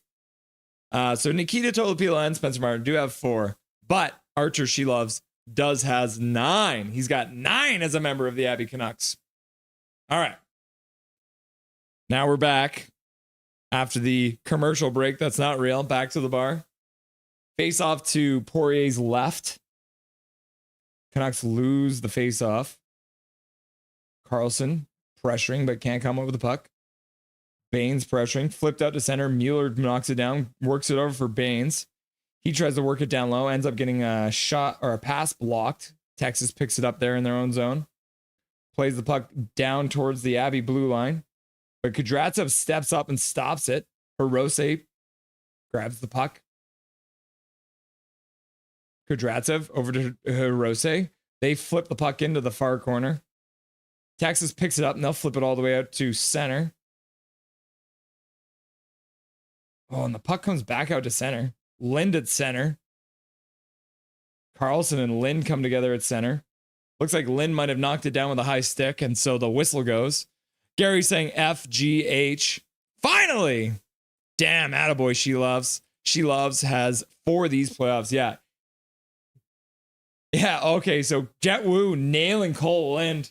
2 guys who played together a little bit. Because Cole Lind did spend some time with the Utica Comets, so I feel like they probably spent some time on the team together. Jake the Pancake, he's tied the record for most shutouts in the single Calder Cup run. Oh, that's crazy. 4 is the most? That's insane. You need in Shilovs we trust. Hashtag in Shilovs we trust. Jujar Kara plays it out to center. Texas picks it up there and they'll slap it in, ringing around the boards. Comes all the way up to the half boards. Mancini can't play it properly though. Now Mancini tries to come back up within the corner. Can't do it. Did Mancini end up high sticking someone? Wheatcroft checking for damage because it was a high stick. Looks like Mancini is going to be going to the box. In playoffs, Shilovs we trust, you mean? Laugh out loud. Ah, man. Another power play for the Texas Stars. Oh, no. So it's Sammy Blais ends up getting it, not Mancini. Sorry, Ichigo. It wasn't Mancini. It was Sammy Blais. So Waters is going to take the face off. See if he can win this one. Choose when he plays, but still trust in Shilovs. Yep. Shilovs is a big game goalie. You're right, KJ. Waters ends up winning it. Back to Brisebois. And Brisebois flips it all the way down the ice. Right on Poirier. Mueller gets it. Oh, he almost got it to the front for Waters. Waters on the forecheck. Short-handed. Waters applying pressure. Puck comes to the middle again. Mueller skates across the ice. He'll be the first one to get to it. He ends up lifting the stick of the guy and puts it back behind the Texas net. 25 seconds already gone on this power play. Texas hasn't even got a chance yet. Capobianco. Canucks trying to prevent it from getting in their zone. Can't quite get it. Partial block, but it ends up getting over across the blue line. Ritzkovia puts it to the front of that. Shilovs with a good save off a one-timer right in the middle of the slot there. Good save by Shilovs. I want to see loves emoji. Is Ratu done for the night? We haven't seen him again, so unfortunately, he might be. Abby shorthanded again, working it in. Baines stops behind the net, trying to kill some time. He'll try and start a rugby game behind the net. Does well to keep the puck behind the net down low. Now Texas eventually gets it. 50 seconds left to go. Baines goes to the bench and gets a change. Mancini dumps it up. Oh man, DiGiuseppe almost intercepts it in the Texas zone. This has been a disastrous power play so far for Texas. Blumel comes out through center. Lynn plays it over.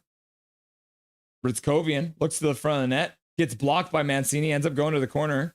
Hirose can't quite get to the puck. Goes down low. Oh, good stick there by Hirose. Steals it. DiGiuseppe gets it, and he'll flip it off the glass all the way down the ice. And now there's only 15 seconds left to go in the power play. But it looks like they're blowing the whistle on something. Faceoff's going to be at center, maybe? Might have touched something at the bench there. But either way, Abby doing well, really keeping this puck out of the zone. And then the one time that Texas gets a chance, Shelovs comes up with the big save. Hashtag you love to see it. Damn it, Russell, I was going to the penalty box. I know, I'm sorry. I got you stopped before you got there at least. Big hug. Hashtag get these stupid blind deaf refs out of the games and into retirement home ASAP right now. Oh my goodness. Shelovs with another big save on a partial break. And then he's still just scrambling around. And then the puck comes back to the front of the net. And Shelovs makes another save to get another whistle. Whoo, the power play's over. But Shelovs had to come up with another big save to keep this one a 0-0 score. And you can hear the crowd. Artie, Artie, Artie, Artie. Blade needs to more discipline. Yeah, that one wasn't too bad, but he did come in. His stick was pretty high, so. Hi, everyone, says Coach Rob Willie. What's up, Coach Rob Willie? How you going, brother? Nice to see you. Coach. KJ Brazy squared, saluting the coach. Best PK in the playoffs. Yeah, Andrew. You know it. Gary Wiseman. KJ likes their handbags. Aiden Kelly, was Malhotra pissed when Shelovs took that penalty? I don't think so.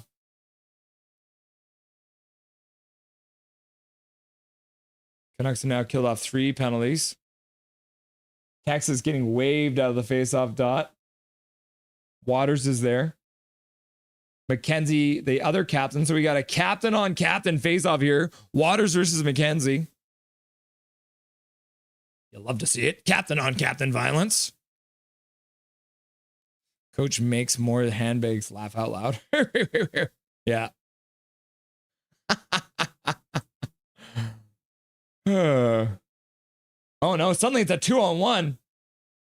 Another save by Shelovs after it turned from a 2-on-1 to a 3-on-1. Abby skates it the other way. Carlson shoots to the front of the net. Baines tries to put it back in front. But good back check there. Carlson couldn't come up with the puck. Puck takes a weird bounce right in the Canucks zone. Icing gets waved off. Wolanin skates through center. Plays for Mancini. Mancini plays it up to Carlson, who tips it in. Ratu still not on the bench. He might not be back. We're 10 minutes into the second here. Sammy Blais with a steal, but ends up giving the puck away after he fails on a toe drag. Jujar Kara on his own blue line hits his man. Puck bounces on Shelovs. He'll play it for Kudratsev. Kudratsev rings it around the boards.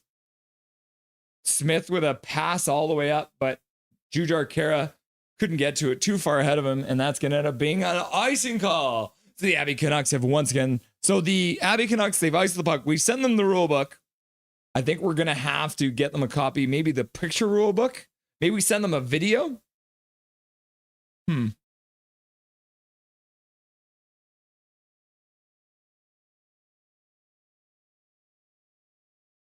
I don't have enough money to know, laugh out loud, to get a coach course. Yeah, probably not. My old lady's like coach, likes coach. Texas wins the face-off. Crazy. Puck comes down low again. Capobianco takes a big old blaster. That one goes wide off the end boards and all the way down the ice. Texas picks it up in their own zone. Canucks are on their back heels after having to kill off a couple. Oh, and then the puck gets turned over right at center. And then again, Sammy Blais gets the puck and then gives it up again. You got to be smarter with the puck there, Blais. Puck gets thrown out to center, gets intercepted there by Texas. They got to wait for everyone to tag up. Play goes on, even though the fans thought it was offside. Canucks work it up the half boards. Off the glass and out to center. Di Giuseppe makes a smart play out to center. Puck gets flipped back into the Canucks zone. They'll play it back out to center. Gets intercepted there by Texas. That one goes off the official's face, I think. They're going to blow it down. Is it a penalty call? Texas gets a penalty now. What are we talking about here? Maybe Abby's going to get a penalty? Is it too many men on the ice?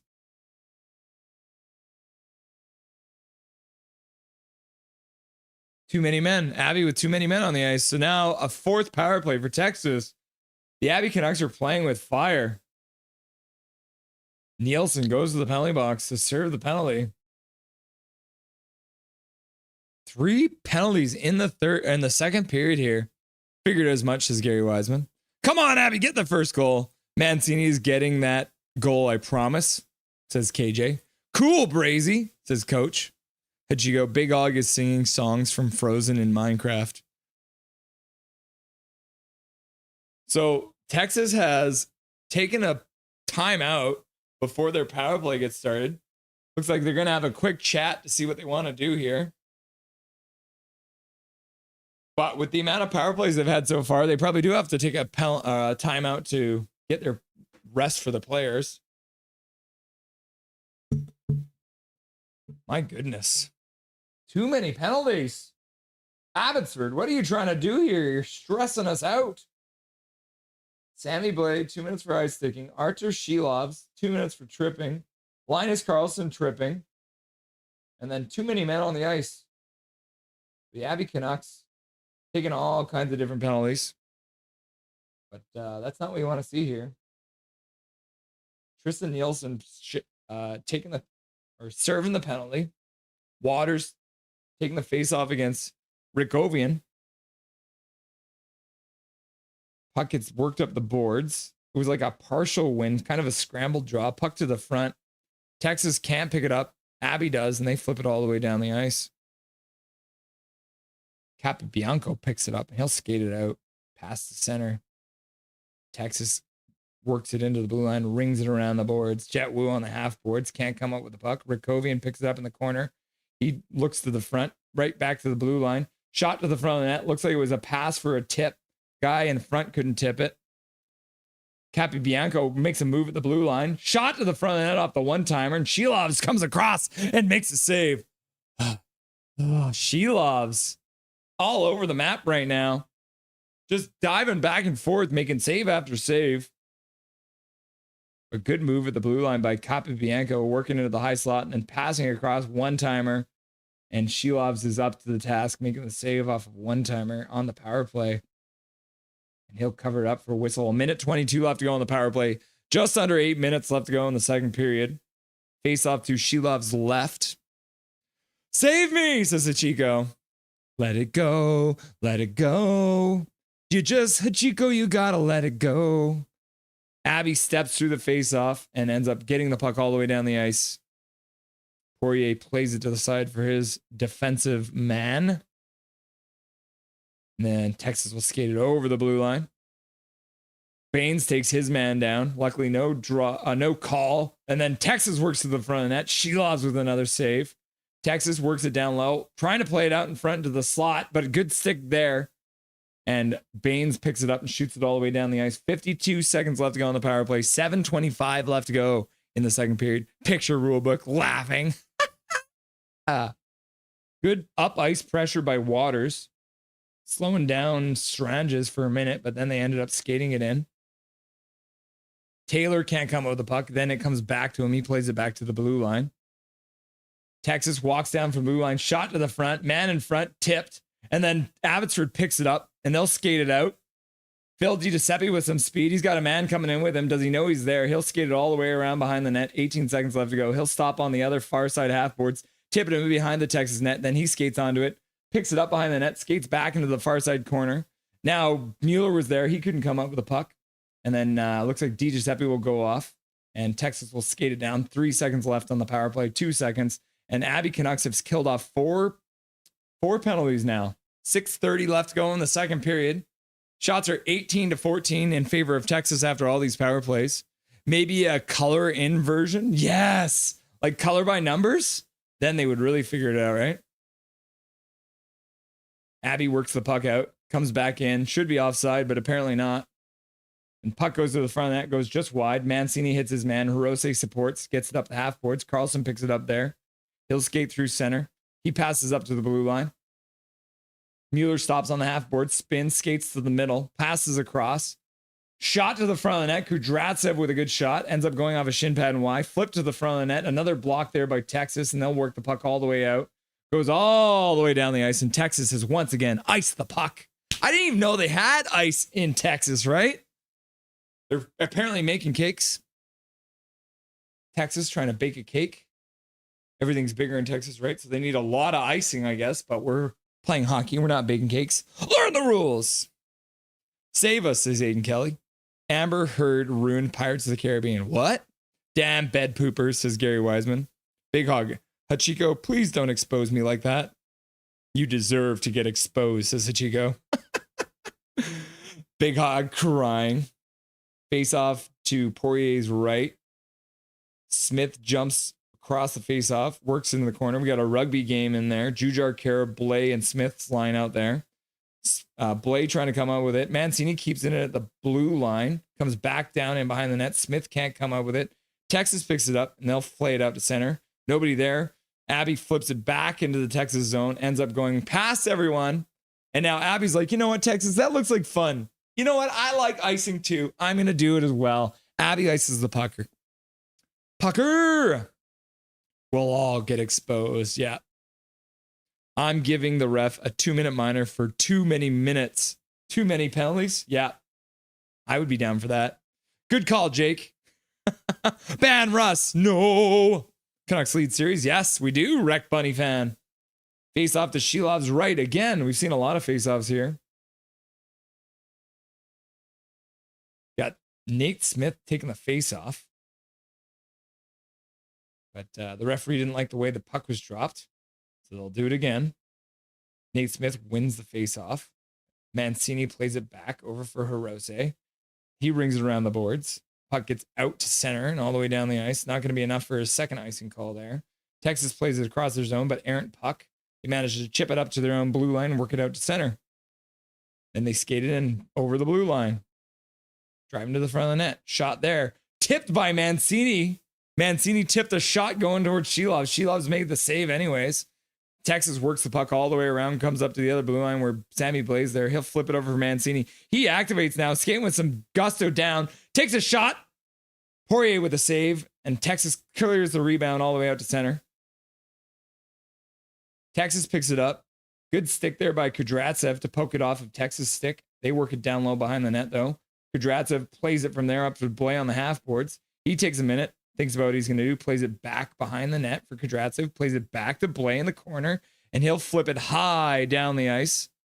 See how that one rolls. Ah, yeah, good roll on that one. No icing call. Good weight there. Wonder how much Blay does the curling in the offseason. Good block there by Mueller. Texas follows up, though, and dumps it into the zone. Shilovs is like, nah, I don't like this. I'm going to pick this puck up and get a whistle. The boys gather for a chat. Hasn't been a lot of shenanigans in this game so far, but DiGiuseppe didn't look happy about whatever just happened. So Sasson looks like he's gotten a bit roughed up there, and they'll separate. Okay, I go bye. See you later, Wreck Bunny fan. Wreck Bunny fans like shows up like, hello, goodbye. Is this the best of 7? Yes. Coach Rob Willie, this is the best of 7. Okay, we're in a commercial break. Let's quickly hop over and do the last question of our trivia, shall we? Okay, let's quickly get rid of those. All right, last question of trivia. Everyone get your fingers ready. How many years have the Abby Canucks competed in the AHL? How many years have the Abby Canucks been in the AHL? A, 2 years. B, 3 years.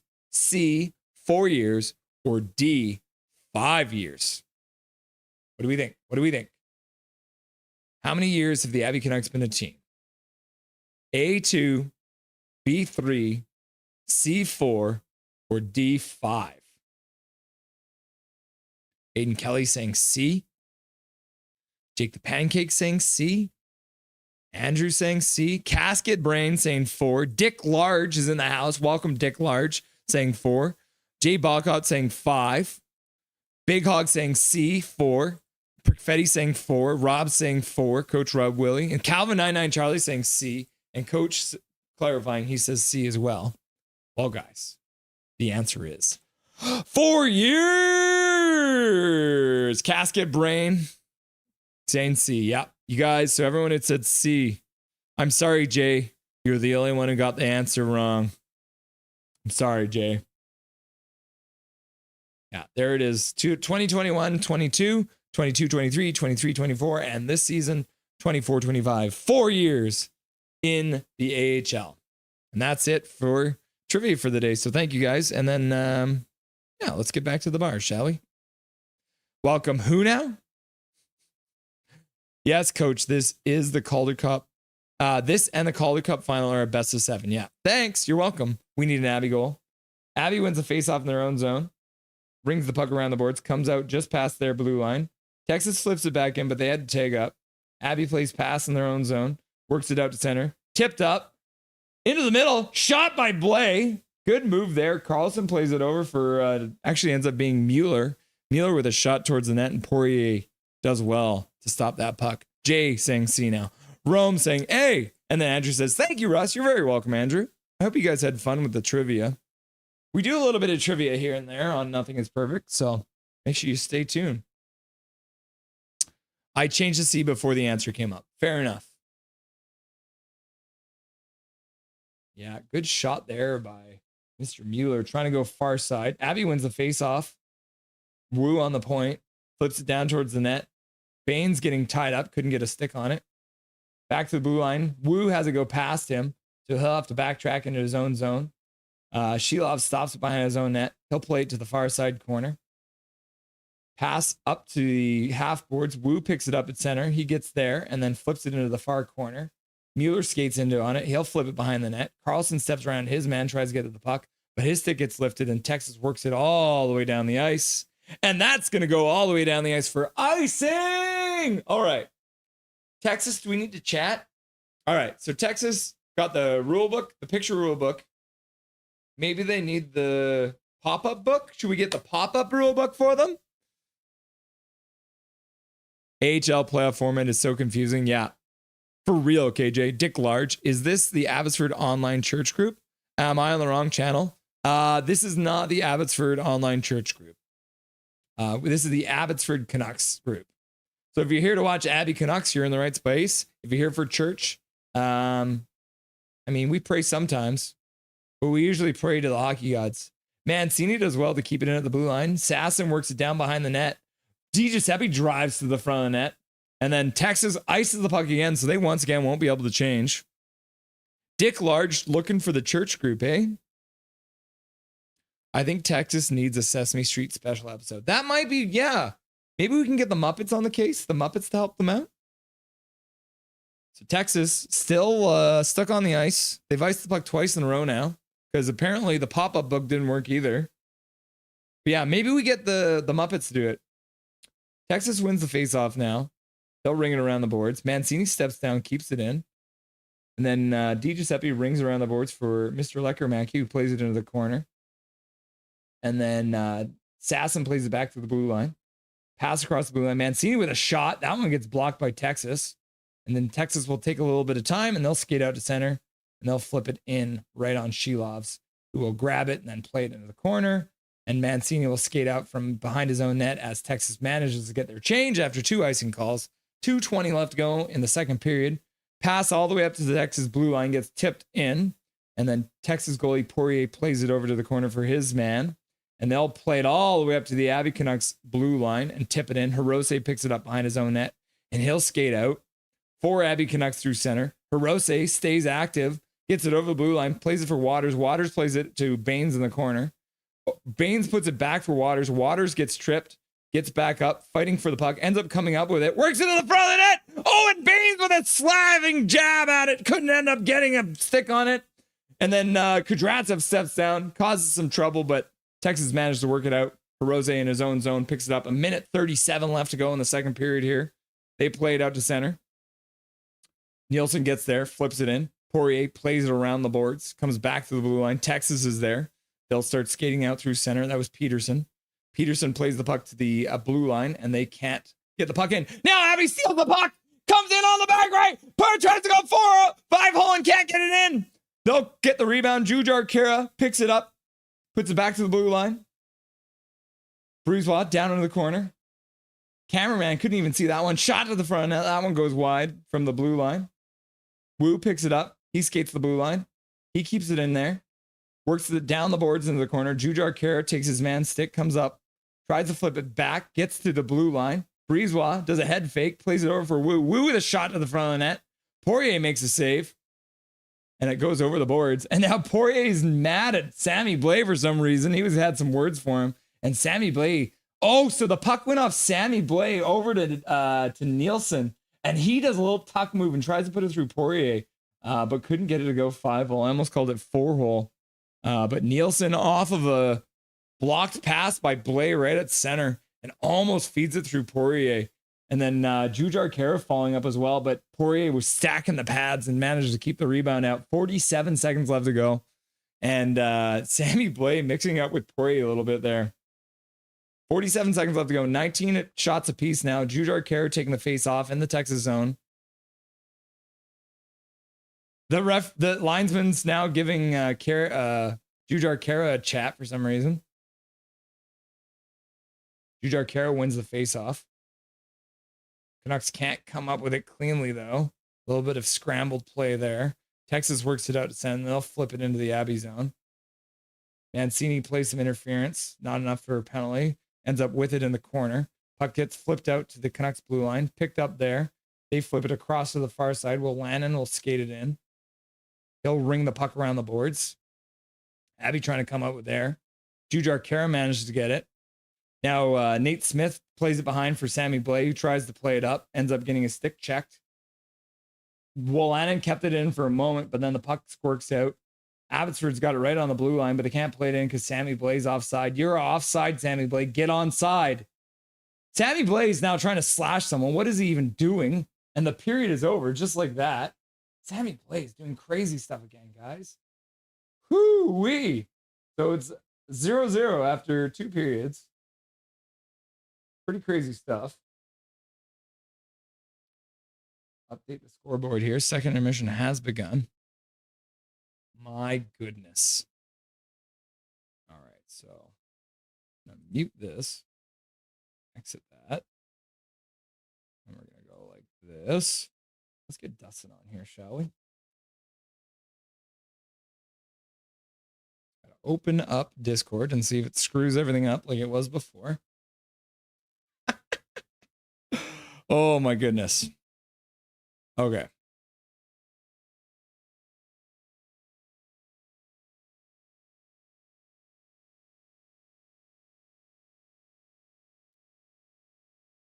All right, Dustin Boydell. Let's get him on the line. The man, the myth, the legend. I can get my computer to work properly. Uh-oh. It's doing the thing again. All right, here we go. There it is. My goodness.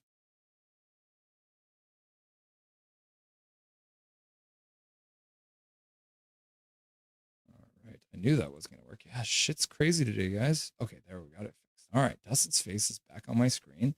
So that means I can now show his face to you guys. What's up, my dude? What's going on? It's been a chaotic stream tonight so far, that's for sure. You know what? Nothing is perfect. The best name for a stream when things go wrong.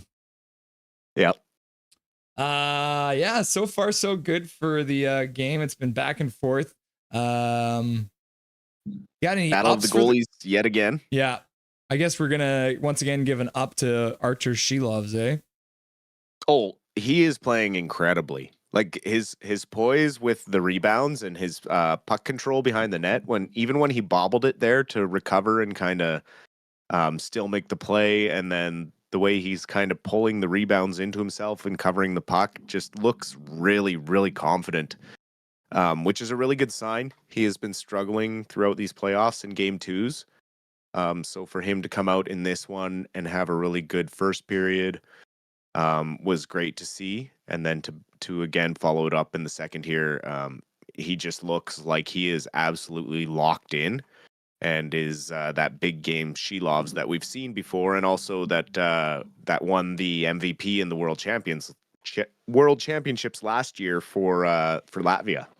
Yeah, pretty crazy to only win the bronze medal and still win the MVP of the tournament. Well, I mean, he stopped a record number of shots for the tournament. It wasn't like Team Latvia had a lot of defense playing in front of him, so the number of shots and the wins that he put up was incredible over there. And to see him now translating that into these clutch games at the professional level is just another stepping stone for him in the growth. And do we start asking the question of maybe Demko can be tradable before his next contract extension is up? Do we feel confident going forward with Kevin Lankinen and Shelovs as backup until Shelovs is ready to go as a starter? With this playoffs that he's having, that's absolutely something that could potentially be talked about this summer. Just given Demko's history with injuries and that sort of thing. And I'm not writing off Demko by any means right now. I'm just saying it's a very, very good problem to have. The Canucks are very wealthy in the goaltending department, and they can take their time making decisions. But to see Shelovs with this success, after he kind of got put in the doghouse by Tocchet this year and didn't get a lot of confidence out of Rick with the big club.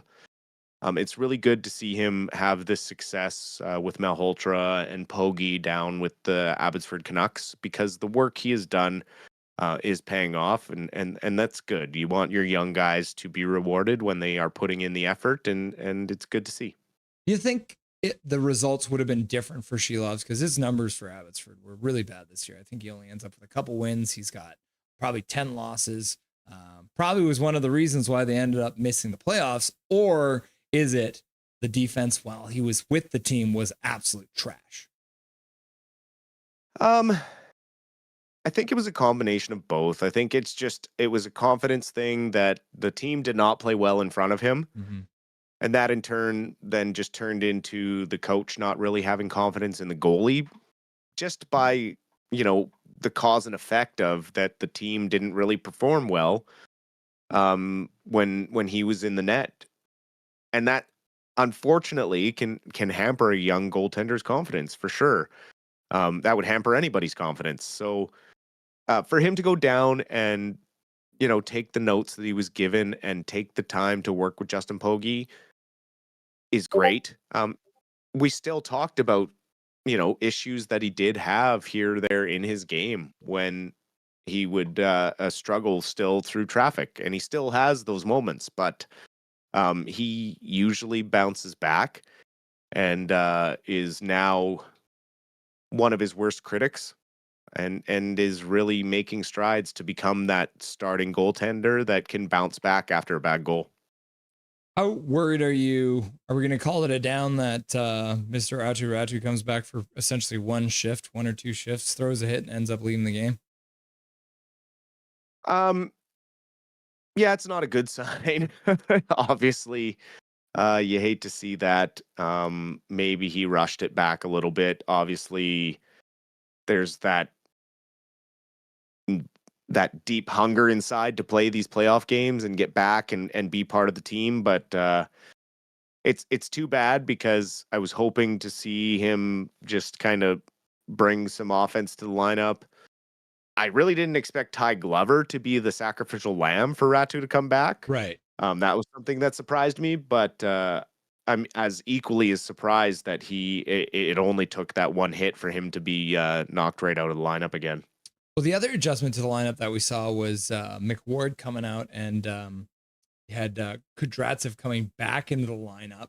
Is that maybe for McWard more of a rest thing? Because he had the kind of game last one where it did seem like he maybe was a little bit of a step behind. Yeah, I think just given the makeup, McWard matched up a little better against the Eagles, who were a little slower. Mm-hmm. So getting Akito Hirose and Kirill Kudryavtsev back in the lineup, I mean, you saw the way Hirose can move the puck. Like, when he skates the puck to dump it in, he doesn't just skate to the red line and dump it and change. He skates it in, makes sure that he gets it deep, and then he moves to the bench or sets up for the offensive zone time. I just really like the way he moves the puck. He's built like a forward, but thinks like a defenseman. So he's just a really he's kind of like an enigma, in the sense that he's just got the strangest body type for a blue liner. Like, every time I look at him, I'm like, who's that forward playing defense? And it's Akito Hirose.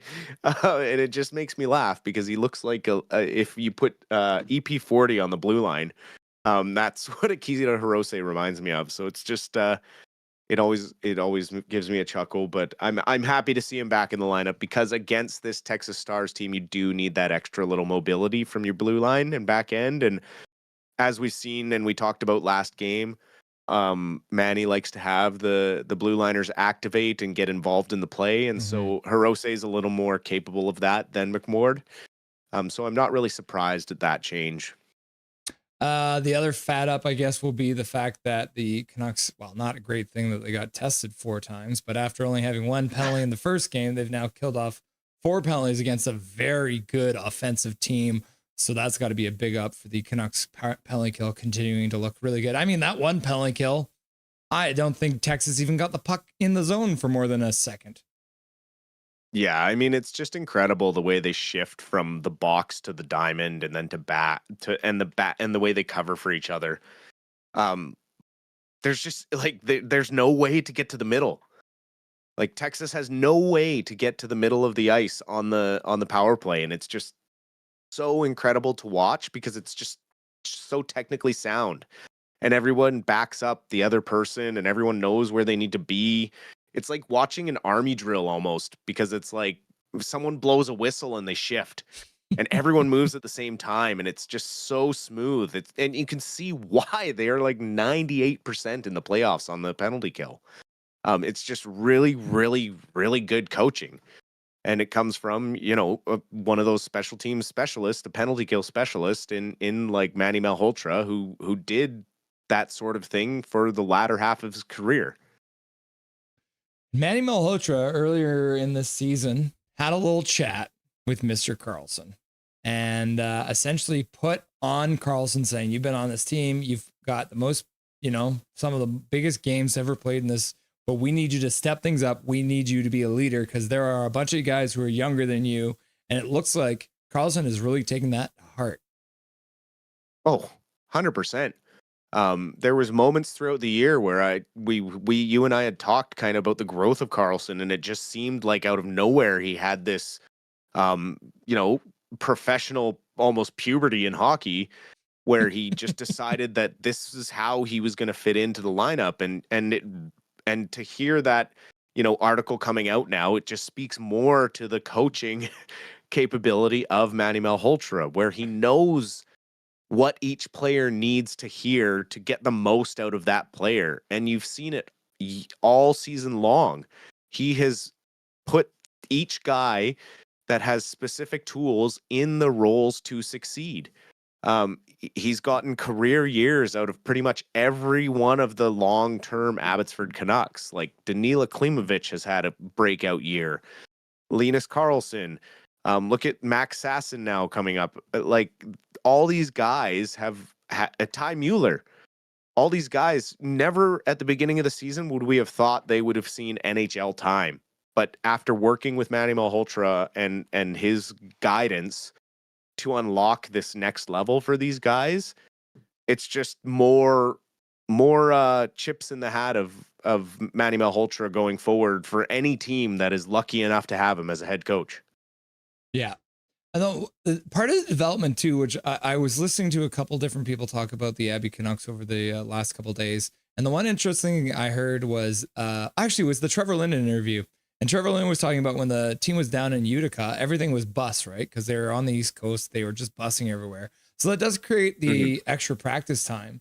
But I thought that maybe one of the reasons that the Abby Canucks players have been so able to step in the lineup is because they are just flying, just like an NHL team.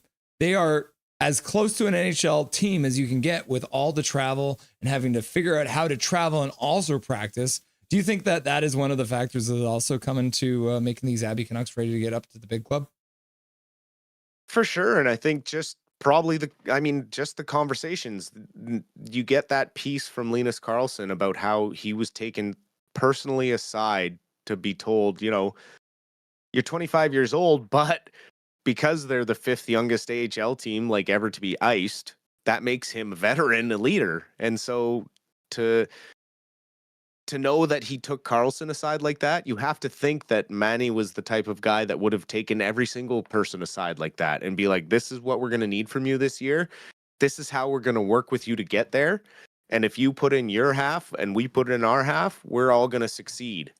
And I sent that clip to you from Twitter of Manny in the dressing room. Like, who wouldn't run through a wall for that guy? I would. Yeah, I would. Absolutely. Former Vancouver Canuck Kevin Bieksa winning the award for the Canadian Screen Award for the best hockey or the best sports analyst in the NHL or in everything. So I'll bring that up for everyone so they can see that. So Kevin Bieksa just won the award. It's the Canadian Screen Awards. And this happens every year. And so Kevin Bieksa has won that. When you saw Kevin Bieksa playing for the Canucks back in the day, did you think he would end up in the media and doing as well as he has been? I didn't know if that was the route he would go. Like once Spitting Chicklets kind of came out of the woodwork and started getting popular, I could have saw Bieksa doing that sort of thing. He was always quite the character. He always gave great interviews when he did After Hours with like Scott Oak or anything like that. And for anyone who used to listen to the radio, he used to call into the Jeff O'Neill show all the time on CFox, and he'd have the craziest conversations with those guys. And he was just super open and really just a likable guy. And you see it now on Hockey Night in Canada, his back and forth with like Elliot Friedman and David Amber and those guys. Like, it's just really fun to watch, but he also has such respect for the game and such a wealth of knowledge for the game. I mean, he continues to help coach and run hockey camps and be involved with the game at that level. And then he also is highly respected around the NHL for the way he played the game as an alumnus as well. So I'm not surprised in the slightest. I'm very happy for him because it's well deserved. He works really hard to have unbiased, like, logical opinions about everything that's going on around the NHL. He makes it very clear that he's still a Canucks fan through and through. But at the end of the day, if the Canucks are playing like garbage, he says the Canucks are playing like garbage. He's not like Luke Skagsdick, who will never, ever say anything bad about the Edmonton Oilers. Sorry, was that a slip of the tongue there? I think weird. I mispronounced his last name, but we'll leave it at that. Anyways, there's just, he constantly has an unbiased opinion. He tells the truth and tells it like it is, and he's very fun and entertaining when he does it. And he keeps it light, and he keeps it about the game and the integrity of the game, which is what I love about him as well. So the next one I wanted to just quickly talk about. So I saw this article that came out, and it was, today I learned that Eric Lindros started the no trophy touching superstition in 1997. So since then, 27 cup winners, 52% of the cup winners did touch the conference trophy, while 63% of the losers did not touch it. So Dustin Boydell, playing for the Vancouver Canucks, you just won the Western Conference final. Do you grab that trophy? I mean, it might be your only chance to grab it, right? Like, honestly, it might be your only chance to grab that trophy, given the parity in the NHL nowadays. So yeah, like, it's a trophy, and it's an honor. But I get the superstition as well. Like, the only one you really want to raise is the Stanley Cup. So, you know, it's a tough thing. Like, I will never be at that level, so I can't relate to these guys and understand what they're going through. But I mean, we all saw what Trevor Linden did with the cup in '94. The lid went flying, and, you know, the rest is history. So maybe there is something to the superstition. Who knows? We've been on the bad side of it, so maybe we got to respect not touching it. Well, I don't know. Maybe they welded the lid on by now. Yeah, or maybe we should have touched it, and maybe we would have won the cup. Yeah, fair enough. We were going to talk about the Stanley Cup rematch, but we'll say that for another day because we still got a couple days before that. It doesn't get started till next week, and they're about to just get back onto the ice here. So until the post game show, Dustin, thanks for being here, and enjoy the third period, brother. Sounds good. We'll talk to you after the game. Dustin Boydell, everyone, stopping by as he always does for the Rusty and Dusty Sideshow. Always nice to see him. What a beauty, the Silver Fox. Hashtag you love to see it.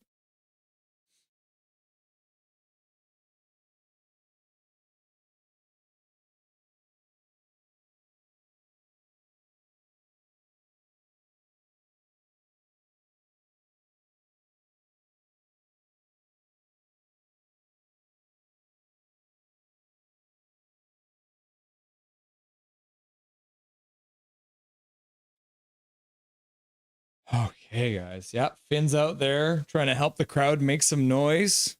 Hashtag you love to see it. Aiden Kelly, I was going to say something, but I don't want to jinx it, so never mind. Aiden Kelly censoring himself. All right. Boys are lining up at center. Looks like it's Sasson who's going to be taking the opening faceoff. You got Lekramacky, DiGiuseppe, and Sasson out for the start of the third period here. Puck has been dropped. Canucks win it back, but Texas stepped through. Now Sasson picks it up in his own zone. He'll skate through. He'll flip it into the far corner. He'll stop and throw it to the front of the net. Trying to get it to DiGiuseppe. Gets intercepted there by Texas. Texas gets the puck and works it all the way down to the Abbey blue line. Breezewat cuts him off.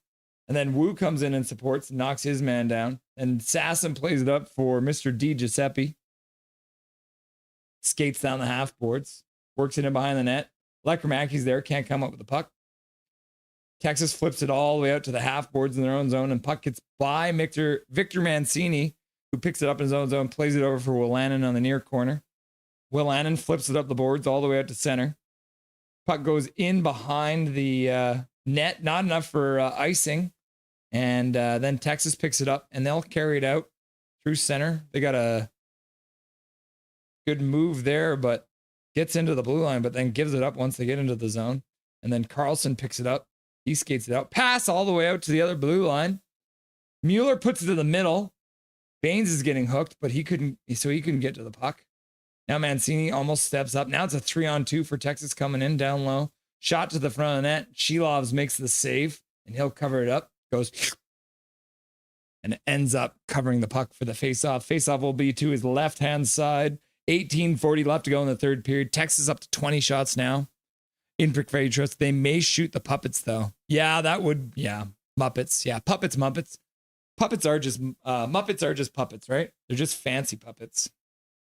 Come on, says Aiden Kelly. Chico in for the streets. 3-hole.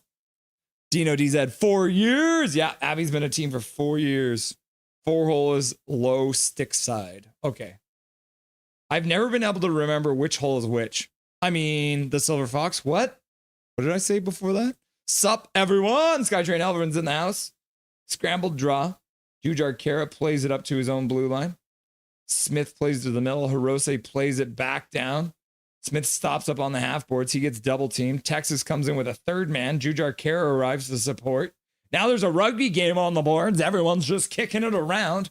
Puck stuck right there. Sammy Blay enters the fray. He shoves his man. Now Jujar Kara plays to the middle. Back to the blue line. Breezewat gets it. He plays it back over to the other side. Jet Wu walks to the middle. He takes a shot to the front of the net. That one goes wide.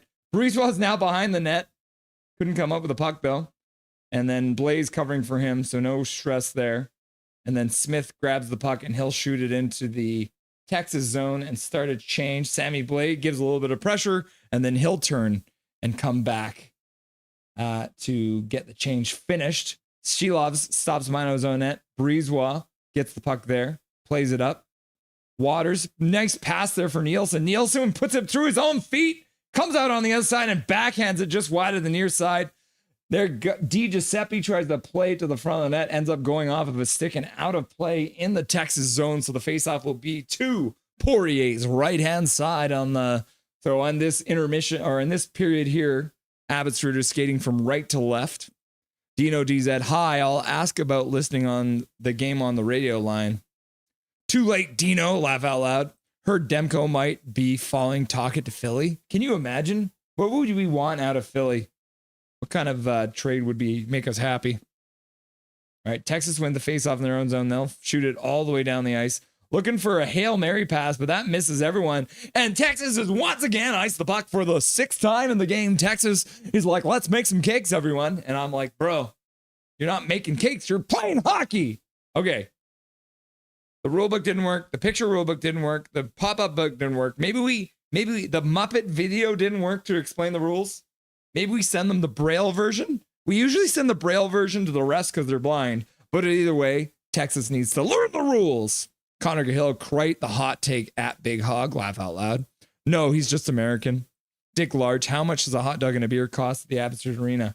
Good question. Does anyone know how much a hot dog and a beer at the Abbotsford Arena would cost? Texas skates in and over the blue line after another faceoff win. Abbotsford's been struggling in the faceoff dot. Texas in the far corner. Shot to the front of the net. Ends up going just wide. Off the end boards all the way down the ice. Jujar Kara. No, that's Archie Baines ends up coming up with it. And then Mueller follows up. Plays it to Baines behind the net. He plays back to Hiroshi at the blue line. He shoots it to the far side. Ends up going just wide of the net. Looks like he might have been looking for a tip in front. Nobody got a stick on it. And then Texas plays it all the way out to center. Intercepted there. Good interception there by Mancini, who read the play well. Otherwise, the Texas Stars would have had a breakaway. And then Abby plays the puck in, rings it around behind the net. Texas comes up with it there. And they'll play it all the way out to center. Tipped in there from the red line. And then in to grab it is Breeze while he'll play it up the boards. Over for Leckermack, who plays to the middle for Di Giuseppe, who plays it over for Sasson. Sasson plays it over for Di Giuseppe into the middle. He loses it as he enters the zone. Sasson picks it up in the corner. He'll play it behind the net. And then Di Giuseppe plays it around the boards, comes back to Wu, who plays it back down behind the net. Di Giuseppe fighting with his man there, comes back up to him. Leckermack covering at the point, plays it down low. Comes all the way around the boards to the near half boards, and Texas flips it all the way out. Texas coming in, shot to the front of the net. Shelovs makes a save and covers it up. And Romano got knocked on his booty. Will Lannon's grabbed onto his man. Has him pinned against the boards. And then Rick Owen is getting into it now. A little bit of energy in this game. The boys gathering for a chat now. Is this a unicorn? AHL coaches should be allowed to spend time with their NHL affiliate. Maybe as an advisor, if Malhotra is helping with making the PK, that's good. Let him spend some time with Vancouver. And yeah, I agree. Oh, so that did get through. Did Poirier make a save on that? Okay. So Romano gets a shot off. I didn't see that on the play. Romano gets a shot on that last play, and Jet Wu comes in and smashes him down. Jet, woo! You'll love to see it. One person remaining I want gone is Yogi Svetsjotsky. Yogi. That's why they call him Yogi. Has been a failure as a PP coach. I think Big Hog is gay. WBXS is Big Hog. BX not Gazdick. Yep. Abbotsford wins the faceoff in their own zone. Skated over to the blue line or to the red line and flips it in. Moves in on the forecheck. Can't get there in time. Texas plays it all the way up to the Abbey blue line. Breezewell pins his man to the board. But Lind comes up with the puck. He flips to the front. And then good shot there. Good pass and shot just wide of the net. Lind picks it up in the corner. Sammy Blay rams him into the boards. Can't come up. Breezewell falls up and throws a hit on the other man. And then good play down low. Oh my goodness. Sammy Blay tips the puck and almost tipped it into his own net, but ends up falling up, picking up the puck and playing it up to the blue line. Nate Smith plays it back into his own zone. Ends up giving it back to Texas. Texas brings it in. Shot to the front of the net. Sheloff with a save. And he covered up the rebound. Rick Owen. A little chop towards Shelovs. Shilovs manages to cover it up. 15:04 left to go in the third period of play here in the Western Conference Final, Game 2. I'm Russ Holiday. This is Nothing is Perfect. And this is Abbey Canucks hockey versus the Texas Rangers. A little bit of sloppy play here in the last couple plays for the Abbey Canucks. But Sammy Blais following up with his puck to make sure it doesn't get to the net. But then that pass backwards, Smith has got to be shaking his head on that one. He played it back. And then Rikoyan slapping at Shilov's pads as he makes the save. And the Abbey Canucks will let him know they're not happy about that. Faceoff is in the Canucks zone to Shilov's left. Abbey wins the faceoff. Hirose picks it up on the half boards, flips it out to center. Texas misses the puck there, rolls through them, but they collect it again and play it into the Abbey zone. Abbotsford collects it at center. Hirose gets the center and flips it into the far corner. Nielsen chips it up behind the net. Mueller can't come up with it. Mueller tracking down his man, pressuring him. The guy plays it behind the net. They play it up the other side, out to center. Abbey does well to prevent that pass from getting across. That was Baines on the back check. Rung around the boards. Abbey starts out of their own zone, pass out to center. Baines coming in, steps to the middle, drops the puck, shot to the front of the net. Carlson gets a shot to the front of the net, but puck gets tipped. And looks like Mueller got dumped going to the front of the net. But Poirier with the save, even though the puck got tipped a little bit, looks like Poirier made the glove save. Mueller getting up a little bit slowly, but looks like he's going to be okay. He'll just go back to the bench. Dick Large, does Big Hog like hot dogs? Big Hog, do you like hot dogs? Gazdick was awful hockey player. What the fuck did he get hired by Sportsnet? I mean, good hockey player and good broadcaster doesn't necessarily go hand in hand. Waters taking the face off in the offensive zone to Poirier's right on the near side. Waters can't win the face off. Texas puts it behind their own net. They'll start out of their own zone. Puck all the way out to center. Intercepted there by the Canucks. They flip it out to the Texas blue line. Blais picks it up there. He'll make a couple moves, skate it in. He stops on the blue line and puts the whole team offside. Sammy Blais with another bad choice. Making a move at the blue line, puts his team offside. Dick Large, Trevor Linden grabbed the trophy and jinxed them. Yeah, he did. He picked it up and dropped it right on the ground. Did the Canucks touch it in 2011? I don't think they did. Jay Backup, his boy is coming home playing for the Coquitlam Express next season. Manny Malhotra's kid? You're talking about Manny Malhotra's kid? He's good at licking eggplants, says Imprick Freddy We Trust. What? Eggplants? What do you mean eggplant? Mancini dumps it into the Texas zone. Blais intercepts a pass. He skates around in the high slot. He's got all the time in the world. He takes a shot and Poirier saves it, goes to the corner. Abbey working hard to get the puck back off the face or off the rebound. Back to the blue line. Wolanin with a shot. That one gets blocked. Oh, and then Wolanin blows a tire. But luckily, it looks like Mancini's got a step on the Texas forward and ends up preventing him from getting to the front of the net. Wolanin gets back now, and now Mancini picks it up and he'll play it out to center. Nielsen skates it over the blue line, looks to the middle, plays it to the corner. Waters in the corner. Support there by Mueller. Mueller comes up with the puck, plays it back to the blue line. Shot. Oh no, pass down low for Lekermacki. He can't control it. Trying to come up within the corner. He's getting double teamed now, looking for support from his team. They do get in for some support. Sasson, pass across. Wu couldn't take it. Takes it off the skates, ends up controlling him behind. Flips it back to the blue line. Brisebois plays it down the half boards. Lekermacki plays it in behind the Texas net. Sasson tries to get to it. Texas plays it up. Wu keeps it in. Wu walks the blue line. Wu shoots to the front of the net, gets blocked there by Texas. They play it back to the Canucks blue line, and then they'll knock it all the way down the ice, and that's going to be another icing call against the Texas Stars, who are a little back on their heels now in the third period with 12:35 left to go here in Game 2, Period 3, between the Abbey Canucks and the Texas Stars. Dick Large, 2-0 Abbotsford in Game 2. I'd rather Don Cherry than Gadzik. Yeah, I think a lot of us would. Yeah, Blais with a good forecheck there, coming up with it, causing all that chaos. And a shot to the front of the net, and then the puck just bounces over the stick of Mueller. who on the rebound couldn't get control of the puck. Otherwise, we would have had another chance. Abbotsford wins the faceoff in the Texas zone. Woo. Oh no, Hirose on the point. Shot to the front of the net. Oh, dribbled it. Abby scored just like that. The puck hits something in front and dribbles to the far side. And Abby takes the lead in the third period off a dribbler to the front of the net. 1-0, Abby leads in game 2 of the Western Conference final against the Texas Stars. So puck behind the net, played back to the point. Hirose throws it to the net, goes off a crowd in front, and then dribbles past Poirier. I think it might have gone off Baines in front. Let's see if we can get a good look on it. Goes off of a couple people. Mueller and Baines were in front there, and it just dribbles past Poirier. And just like that, the Abby Canucks on a cheeky one scores. Abby scores.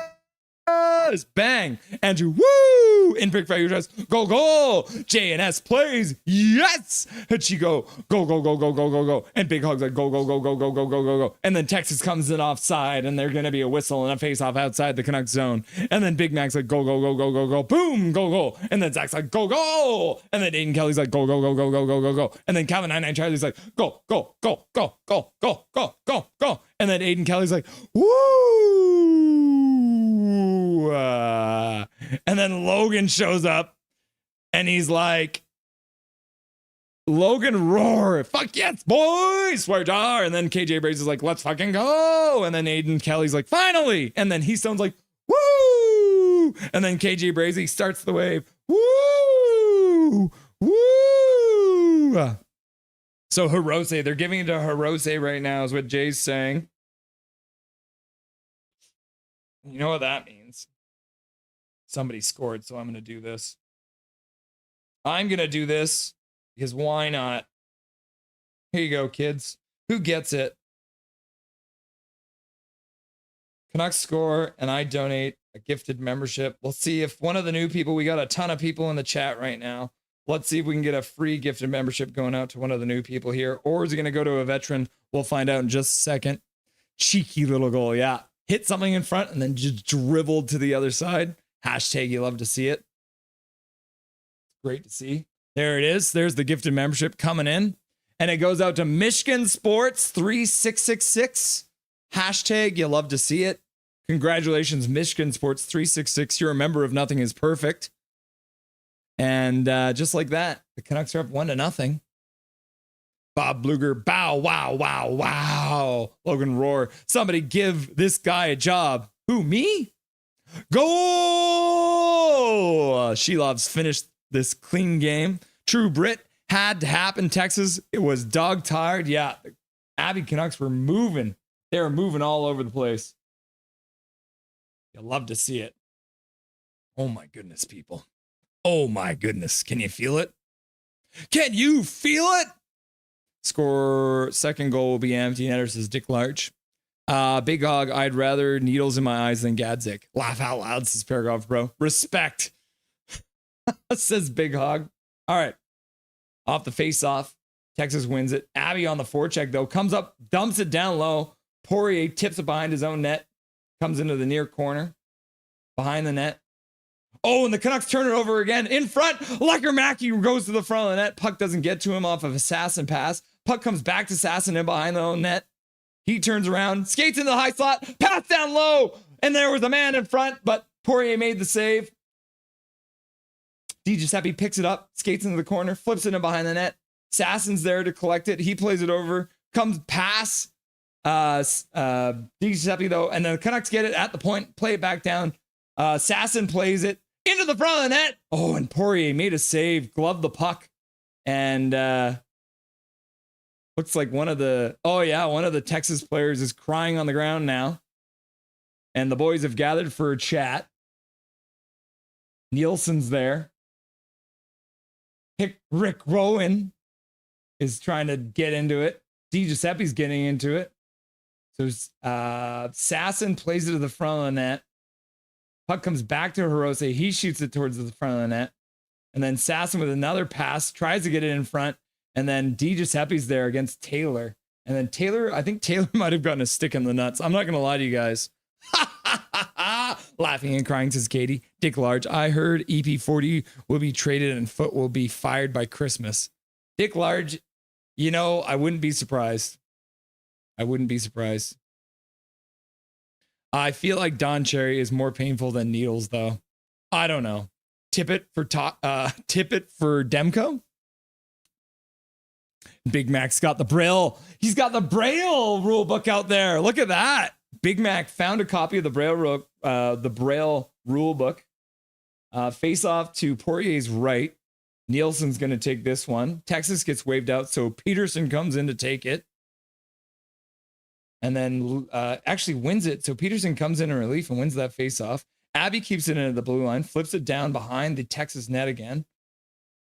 Good work by Kerr to take his man off stride. Then another hit. Abby can't come up with the puck, though. Texas plays it out, gets it to the blue line, but Abby intercepts it as soon as it enters the zone. Oh, and a big hit there by Sammy Blay. And then Kerr in with a shot, and it goes just off of the blocker. Poirier with a save after a huge hit from Blay coming in and blowing his man up. Lannon plays it to the middle. Played down low. Ends up getting stopped at the half boards. Texas skates it out. They skate up to the blue line. Pass to the side. Shot to the front of the net. Tipped. Goes wide of the net. McKenzie in behind. He gets tripped.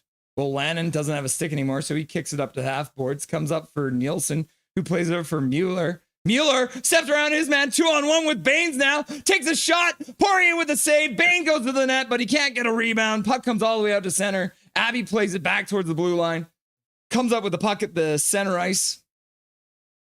Plays it up from their own zone up to the center ice line. And the Canucks will tip it into the near corner of the Texas zone. Abby gets the change now. Carlson causing some up ice pressure. Texas skates out to center, gets to center, flips it into the zone. Breezewell gets back. He skates onto it. He gets hit. Protects the puck well, though. DiGiuseppe's into support.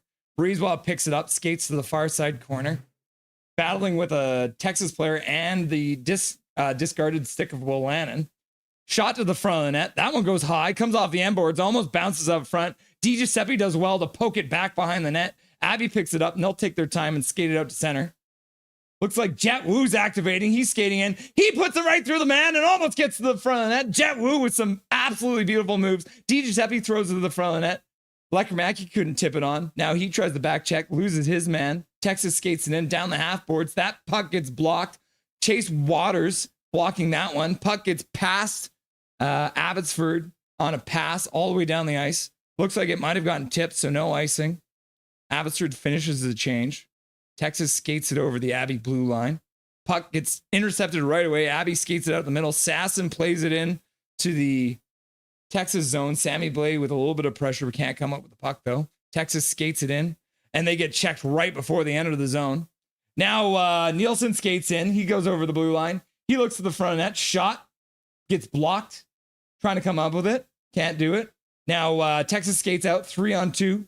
Skating into the Abby zone. Pass across to the far side. Man knuckles it on the one-timer. And then they try and chip it to the front of the net. They actually end up, Texas clears it out of the Abby zone all the way down the ice into their own zone where they'll pick it up again. 8:30 left to go in the third period here.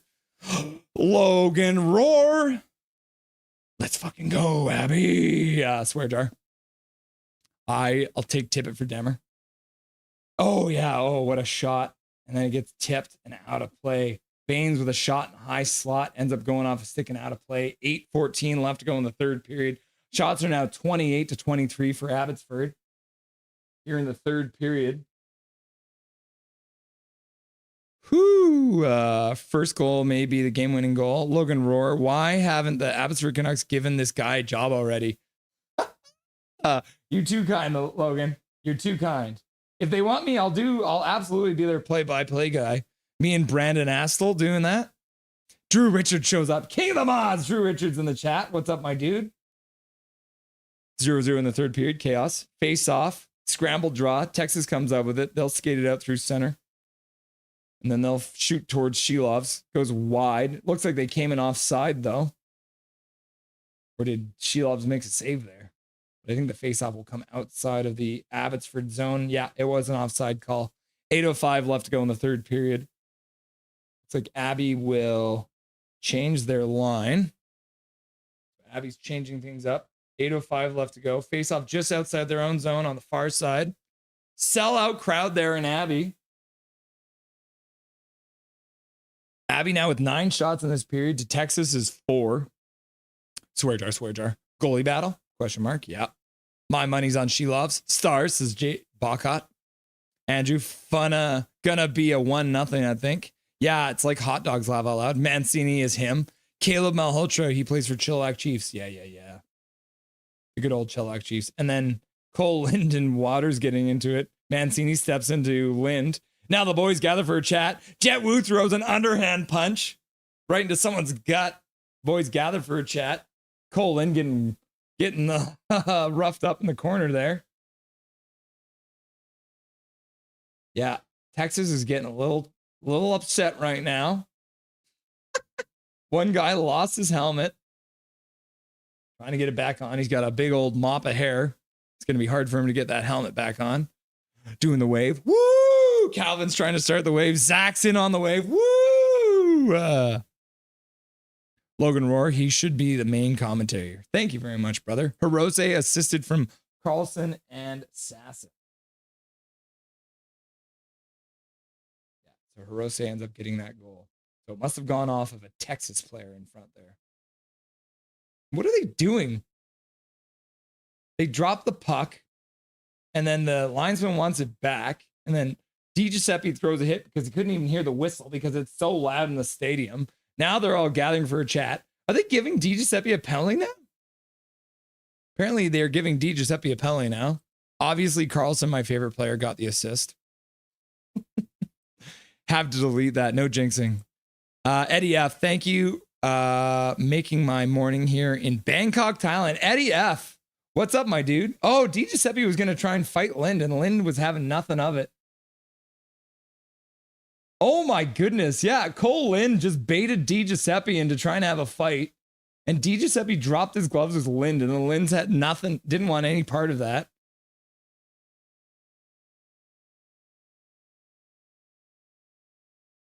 Insane. Cole Lind being a little rat out there. Does that mean Texas gets a power play off of that? Let's get it. Eddie F., welcome to the chat, by the way. It's nice to see you, brother. First time here, eh? What time is it there in Bangkok, Thailand, brother? Welcome to Nothing is Perfect. 7:45 left to go in the third period. DiGiuseppe is in the box, so it looks like they might be just giving DiGiuseppe a penalty there. Big hog. Welcome, Eddie F. Sorry, I have to. Logan Rohr. How much time is left? Question mark. 7:45 left to go. Chase Wowder's getting explanation. Cole Lind is there now. Maybe they're giving him a penalty too. Looks like the ref is taking him to the box. Yeah, so they're giving Cole Lind a penalty too. Yeah, looks like they're giving Cole Lind a penalty too. Yeah, Cole Lind in the box. All right, former Vancouver Canuck Cole Lind getting a penalty as well. So it looks like they, I don't know, will we play 4-on-4 or 5-on-5? I can never tell. In my basement. Go ahead, Hog. 11:26. Thanks, says Logan. No problem. Russ, did Dobby have dinner yet? Oh my gosh, Dobby didn't have dinner yet. I'm going to go grab it right now.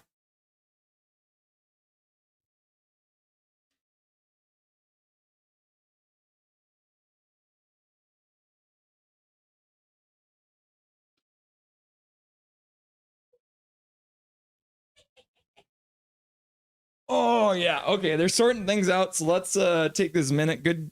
Aiden Kelly, you're making sure my dog gets fed, so that's nice. Oh, yes, here he is. Dobby the Doge getting his dinner. The referees are explaining the situation to the Texas bench. They're like, why did our guy get a penalty? It's because he pussied out and didn't fight. Now I'm happy Cole Lind isn't a Canuck player because it looks like he's too scared to fight DiGiuseppe. Oh, yes, Dobby, you're so sweet. And it looks like, yeah, it's going to be 4-on-4 for 2 minutes with 7:45 left to go in the third period. Oh, here we go. There we go, Dobby. Oh, yes. What a good boy.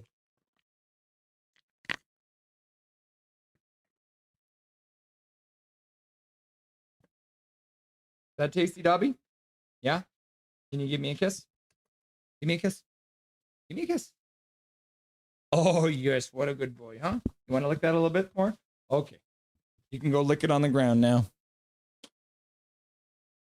Dobby the Doge, everyone. My little sweet boy. Jayton. Oh, puck in front. Oh, she loves with a save. And then Sasson ends up taking body checks his man so he couldn't get to the front of the net. And then a shot from a really bad angle. Pass up for Sasson. He is in on a breakaway. Deke shoots and shoots it just wide of the left-hand side of the net. Comes up with the puck, tries to get the puck behind the net, gets cross-checked down, no call because the refs are a bunch of dumb, deaf, zebra morons. 4-on-4, minute 20 left to go. Abby through the middle. Mancini with a chance goes to the front of the net. He gets hooked, no call. Blecker Mackey trying to come up with it in the corner, can't get it. Texas plays it to the far side corner. Mueller in on the forecheck, hits his man, can't come up with the puck. And then Mueller disrupts that play. Still definitely putting pressure on his man, skating out. Texas gets it out to center, gets it over the blue line, but then they end up playing it back out to center. 1 minute left to go on 4-on-4. 6:40 left to go in the third period. Puck to the front of the net. Shelovs makes a save. Canucks box out. Hirose comes up with it, but he can't keep it. Pass back to the point, past the Texas player, all the way down the ice. Poirier picks it up, plays it all out to the blue line. Partial break there. Shot wide by the Texas player. Baines picks it up in his own zone. Can't get it. Pass to the middle. Intercepted there. Can't get it out past the blue line. A little bit of more sloppy play here by Abby in their own zone. Another pass back to the point. Botched by Texas, but they end up... Oh, no. Another pass after the botched first pass ends up getting put back out of their Abby zone. Texas skates it in. Goes around behind the net. Ends up putting it off the backside of the net. Rick Owen. Back to outside, and then they just played all the way back to their own blue line. 4-3-2-1. 4-on-4 is over. So D Giuseppe's out of the box. So is Cole Lind. Wouters gets it at center. Canucks come in 3-on-2. Oh, but good work by the Texas player to prevent that pass from getting in the middle. Poirier comes out of his net and throws a hit. How's that even allowed? The goalie just came out and body checked the player. That's insane. You should have just smoked him. Mancini puts it off the boards out to the Texas blue line. They intercepted there and then work it out to the Canucks blue line. They carry it in there. Waters picks it up. He plays it to the corner. Mancini flips it out high to center. And the Canucks will start to change. Nielsen moves in on the forecheck. Can't come up with the puck. Abby has to wait a second to tag up. Blay moves in on the forecheck now. 5 minutes left to go in the third period. Shots are 28-23 for Abbotsford. Scores 1-0. Shot to the front of the net through Mancini. And Shelovs goes and makes the save. Salvador likes Dobby, eh? Laugh out loud. Is Salvador your dog, buddy? That's sweet. Big Hog says 805. Go Canucks Go says Dino DZ. Andrew says thank you. And then Zach says it's 12:28 Toronto time. Yeah, getting late over there. Big Hog. Russ trying to starve Dobby. No, he's had his dinner now. I gave him treats too. Okay, he had peanut butter earlier. Russ stars Dobby. Confirmed. No. KJ Crystal's gonna beat Russ's ass. Oh no. All right, everyone. I can confirm my wife is on the way home now. So don't tell her that I waited a half hour after Dobby's feeding time. Aiden Kelly, Dobby. Proof Russ doesn't feed Dobby when we're not here. What do you mean? Huh?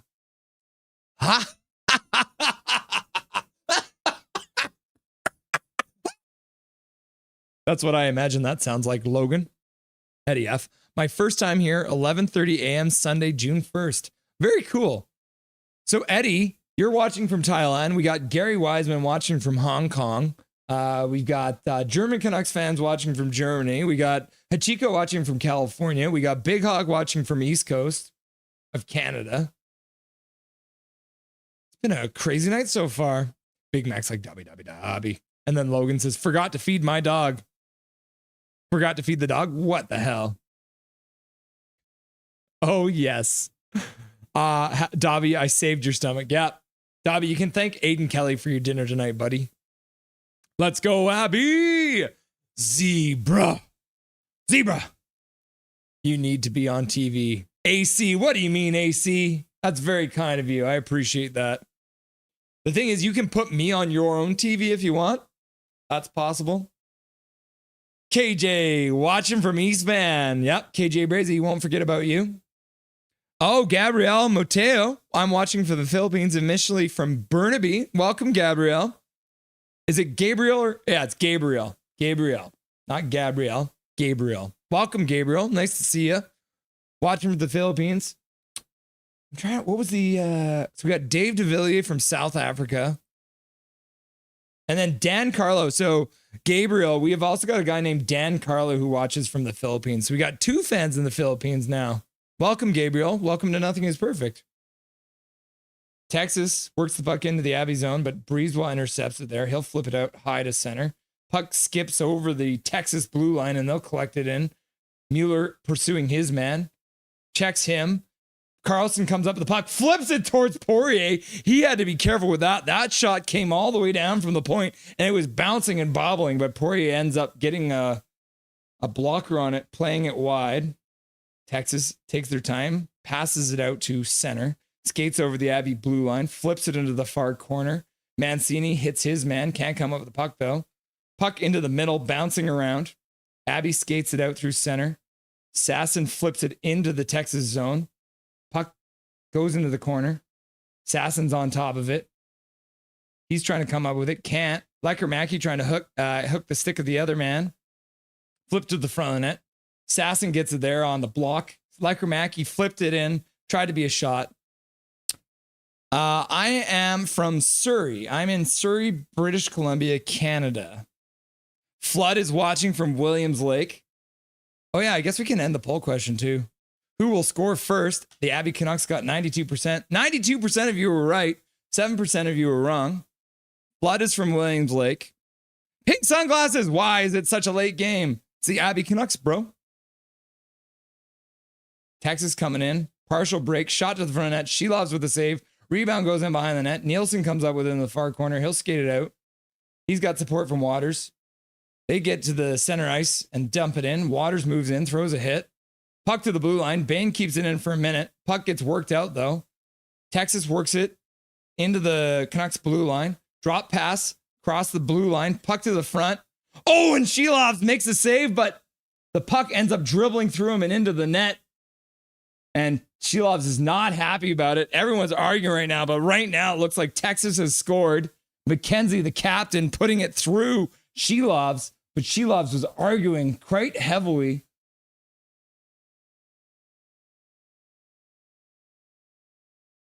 But they shoved his pad. How can they call that a goal when they're shoving his pad? Puck to the front of the net. Shelovs makes a save. It's under his pad. And then McKenzie pushes Shelov's pad into the net. 1-1 tie. Texas ties it. I wonder, can they, I'll put it up here for now. But I wonder if can they challenge that for goaltender interference? Because it definitely looks like they pushed Shelov's pads into the net. Yeah, he fully pushes Shelov's pad into the net. There's no way that can be a goal. Wu roughing up his man in front of the net. The referee's absolutely oblivious to it. Can they challenge it? Looks like they are going to challenge it. Maybe?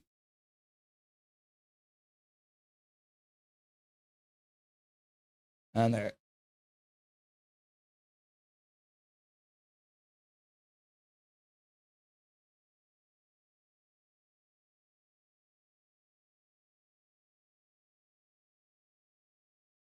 There it is. There it is. There it is. Okay. We can go like this now. The officials have said no goal. I was right from the looks of it. Now I put my headset on so I can hear the commentary. McKenzie pushed Shelov's pad into the net. So that is going to be no goal, everyone. Whoo! Didn't even have to challenge it. The referees got together and talked about it, and they're saying no goal. Is Ferdinand, is this game televised? It is only available on Flow Hockey, which is unfortunately a paid subscription. So no goal. No goal. And the faceoff is going to come outside of the Canucks zone as well. McKenzie yelling at the refs. He's not happy about it. The captain, very upset for the Texas Stars. But guess what? If you push the goalie's pads into the net, no goal. Texas wins the faceoff. They'll flip it in. Comes all the way around behind the net.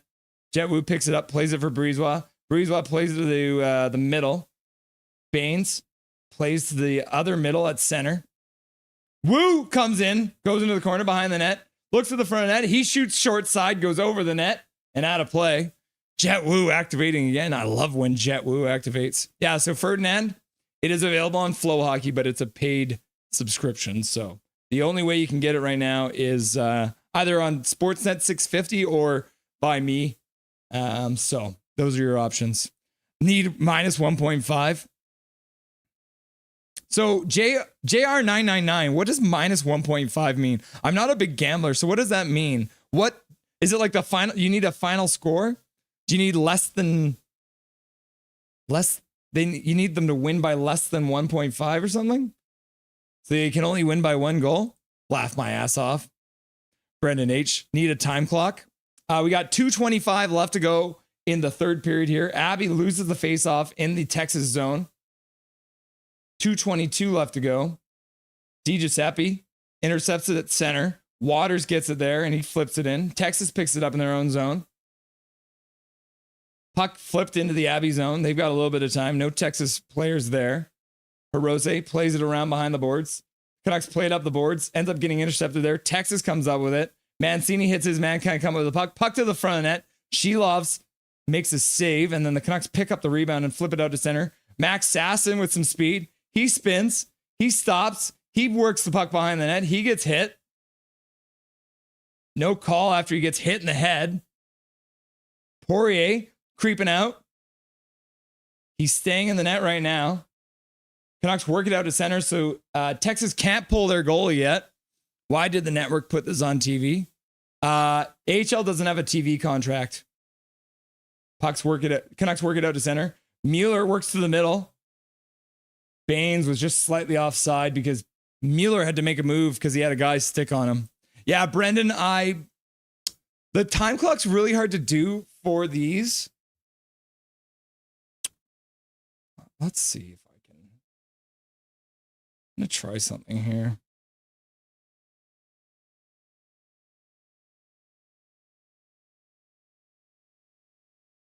I'm going to try and set something up for you next stream, Brendan. I'm going to try something for you next stream, Brendan H. Welcome to Nothing is Perfect.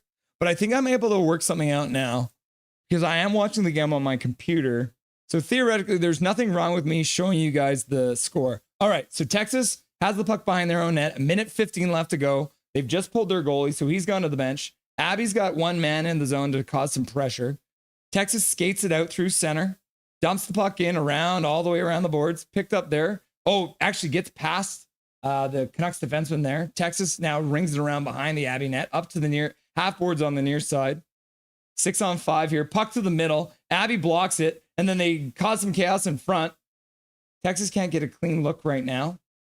Flip back to the blue line. Keeps it in there. Shot to the front of the net. That one gets blocked by Brisebois. And then the Abby Canucks chip it off the boards and down the ice.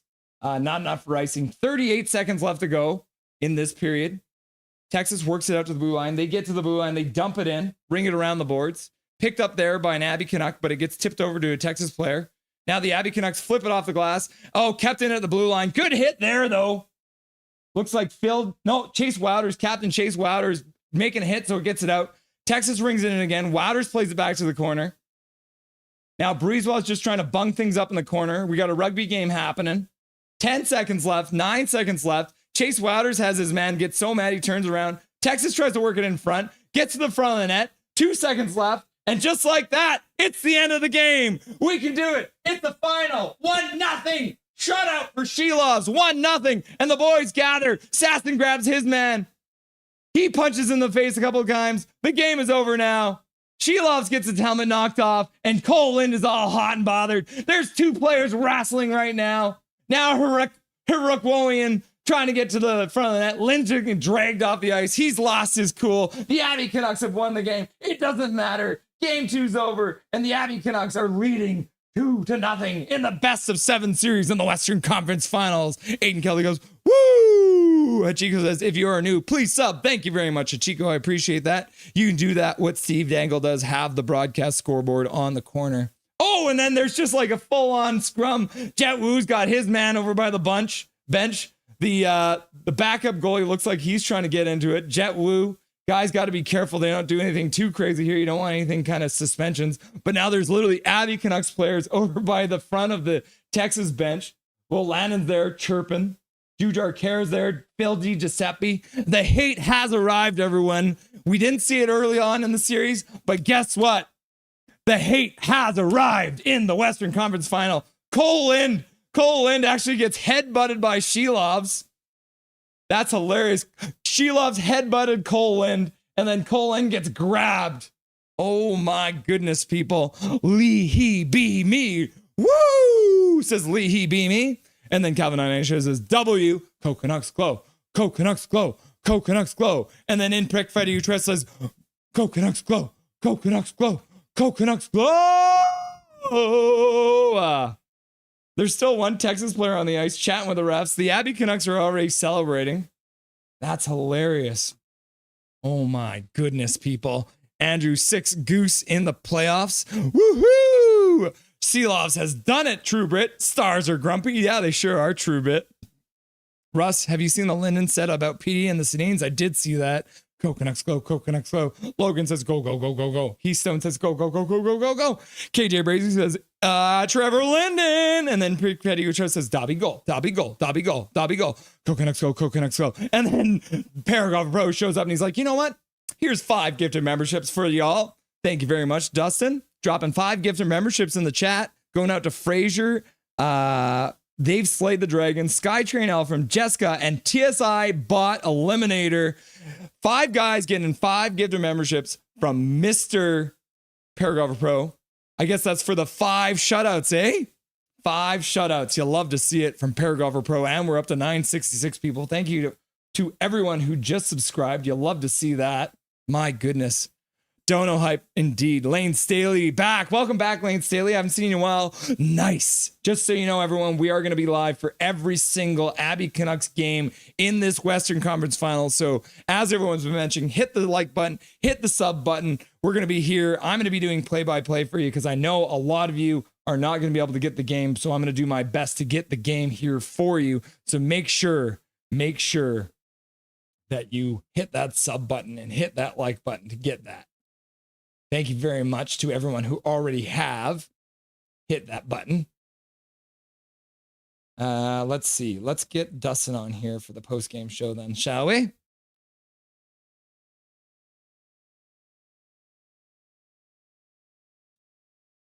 All right. Dustin Boydell here.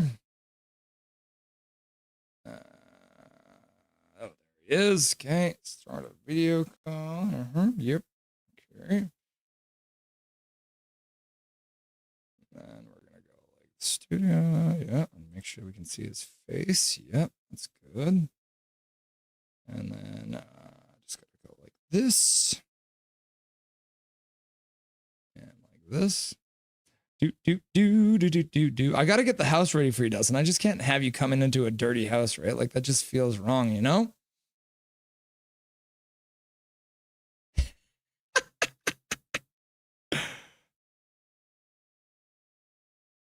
What is this damn thing? Okay, there we go. Get that out of the way. Holy cow. All right. Praise be. Here we are. Without further ado, Dustin Boydell. What's up, my dude? What's going on? Another 1-0? victory for the Abbotsford Canucks. 6 more to Calder Cup victory.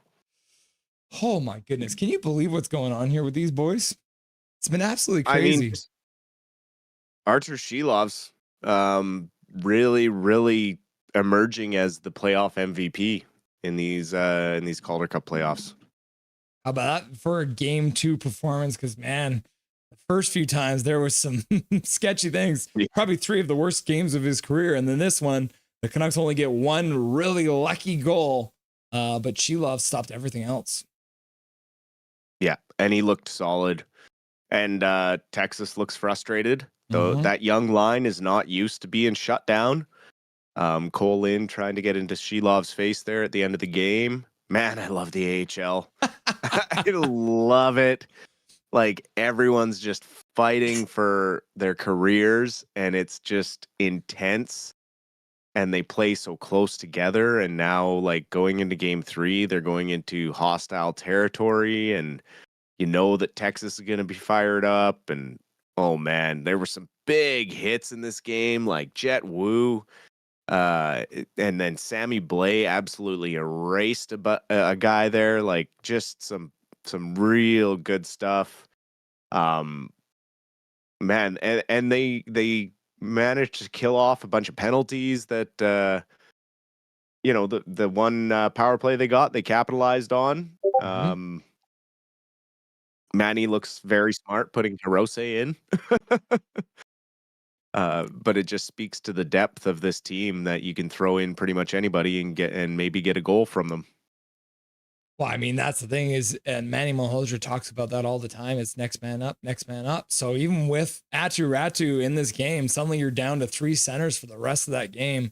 And it didn't seem to make that much of a difference, because I thought maybe there was a chance you start to see the Canucks lose a bit of the wheels, but they were full on gas, pedal to the metal that whole game even without Ratu. Oh, absolutely. That's what they've been doing. They try to dictate the play. But they don't overpress, right? Like they don't try to push so hard that they start making mistakes. They just kept trying to capitalize when Texas backed off. When they would get called for a penalty, they would kill the penalty, just play very sound in their own end. Shilov's very solid tonight, not giving up really many rebounds at all. His puck control tonight was phenomenal. And just really, really great stuff from the team. I don't really have much to say as downs, other than they were kind of getting worked over by the officials in the second period there. Even in the third, Sasson took a late, almost high hit, borderline headshot on the red line there by the goalie. And there's 2 refs on the ice. You know, somebody's got to catch that. By missing those calls, it leads to more of the animosity that we saw at the end of the game. It just leads to guys taking the situation into their own hands and trying to find retribution. Cole Lind got called out as being a little weasel there for his unsportsmanlike conduct. Yeah. You know, you can't goad someone into a fight and then not drop the gloves. I mean, good on the officials for getting that right and not letting him get away with that. I really thought for a moment there that Di Giuseppe was going to get the only penalty, and that wouldn't have been right. So good for them. And then on the disallowed goal, I was screaming right away that you can't push the goalie's pad over the line. You can't push. It was a really quick turnover by the officials to wave that one off. So good stuff there. And oh boy, gonna be a hell of a game 3. The hate has arrived, like I said, right? Like you didn't see a lot of that to start, but even looking back to the first game, because after I watched all the post-game interviews, and there was that one moment last game where Cole Lind, again, right on top of Shilovs, actually shoves Shilovs into that in game 1.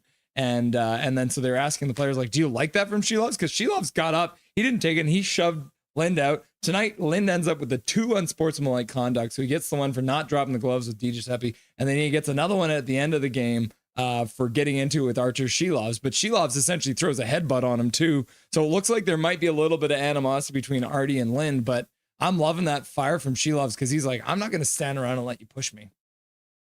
Yep. No, absolutely. And then the team stands up for each other. I mean, Sasson got his pound of flesh out of Lind there. Definitely got a good punch in. And Blais was licking his lips, ready to go for a line brawl. He couldn't wait. I just love the way this team sticks together.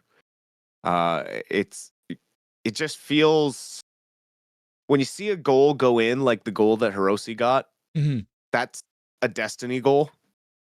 It just feels like everything right now is on the path for. We talk about the most Canucks things to happen, right? What would be the most Canucks thing to happen this offseason? It would be higher foot. Yeah.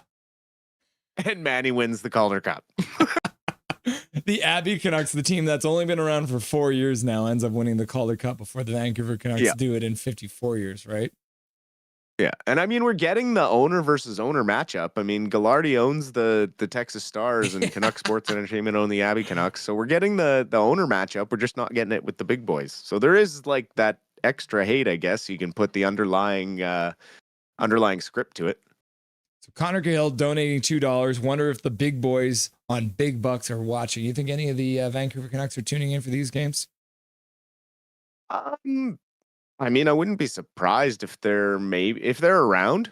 Some of them might even have been there watching. I'm sure a lot of the higher ups are watching closely. Management and stuff, keeping a close eye on these young guys, seeing how they're doing in the playoffs. I'm sure Daniel and Henrik are probably both there at every game. Mm-hmm. But yeah, no, I mean, I wouldn't be surprised. A lot of these guys have been up with the big clubs, so they've made friendships with those guys. So, we've seen friends go support other friends even during the NHL playoffs at other rinks or on TV or whatever, saying who they're cheering for, right? So yeah, absolutely. I would expect the big boys are having a close eye on this. And I mean, some of them better be worried that they're going to lose their damn job next year. Yeah. Well, it's funny because like for a lot of this game, there was a very controlled feel like on both sides of it, right? There, it felt like both teams were trying to lock things down. So obviously both goalies are playing really well. But then there was also probably like maybe a dozen occasions where all of a sudden it's just like chaos. Puck bounces off this. Someone does a stupid backhand pass in their own zone. And suddenly it's like, oh my gosh, what's going on? How does it go from like being so calm to suddenly just like, holy crap, everyone, hair's on fire? That's the AHL for you. It's kind of funny because one thing I always say, everyone's like, would you rather watch the Super Bowl or the Grey Cup? And the thing I find with the Super Bowl all the time, it's just so automatic, right? Like it's most of the time it ends up being boring, right? Either it's a blowout or right, it's very like methodical. With the Grey Cup, the mistakes are what makes it fun, right? So it's like they're not as good at athletes as you see in the NFL. So it's the same thing here, NHL versus AHL. The mistakes are what cause this chaos where then suddenly you're like, oh my God, what's going on? And I feel like that's probably one of the reasons why we're having so much fun watching these Abbey Canucks in the AHL playoffs. Oh, for sure, because it's not perfect hockey, right? Like they are going to make their mistakes because they're still learning. But at the same time, like there's so much emotion. Like these guys are fighting for their futures. And just it's such important experience for these young guys going into training camp next year and going into development camp. The effort and attitude that they're going to bring in is going to just push the guys that are fringe players right now to work that much harder to protect their jobs or earn their spots and their ice time next year. So, going into next season, seeing these young guys progress and how electric some of them can be. I mean, like, these guys are incredible to watch. Like, I am enjoying watching these games more than I enjoyed watching probably 75% of the Canucks games this year, the big Canucks. Well, I mean, it's the thing we talk about, pucks on net. And I'll bring this up for everyone to see too, right? You look at the Canucks shots on net tonight. There was only 2 players on the whole roster that didn't get a shot on net. One of them was Atu Ratu, who only played a couple minutes, right? The other guy, Nate Smith, didn't have a shot, but literally every single other player on this roster had at least 1 shot tonight. Bunch of guys with 3 shots. I mean, Phil DiGiuseppe didn't get 10 shots, but still, you can see from top to bottom, and you see the contrast with what you see over here on the Texas side. There is not a shot from everyone. There's probably 6 people here who didn't get a shot on net. So pucks on net, pucks on net. Well, and you look at where the shots are coming from. Yeah. Like with Abbotsford, like if you highlight the blue and focus on the blue, like the majority, like if you drew a line through each of the dots, there's maybe 1, 2, 3, 4, 5, 6 shots from outside the dots. Yeah. Like that's quality stuff. And Manny has this system working and running like a top. These guys know exactly where to be. They know exactly which holes to fill.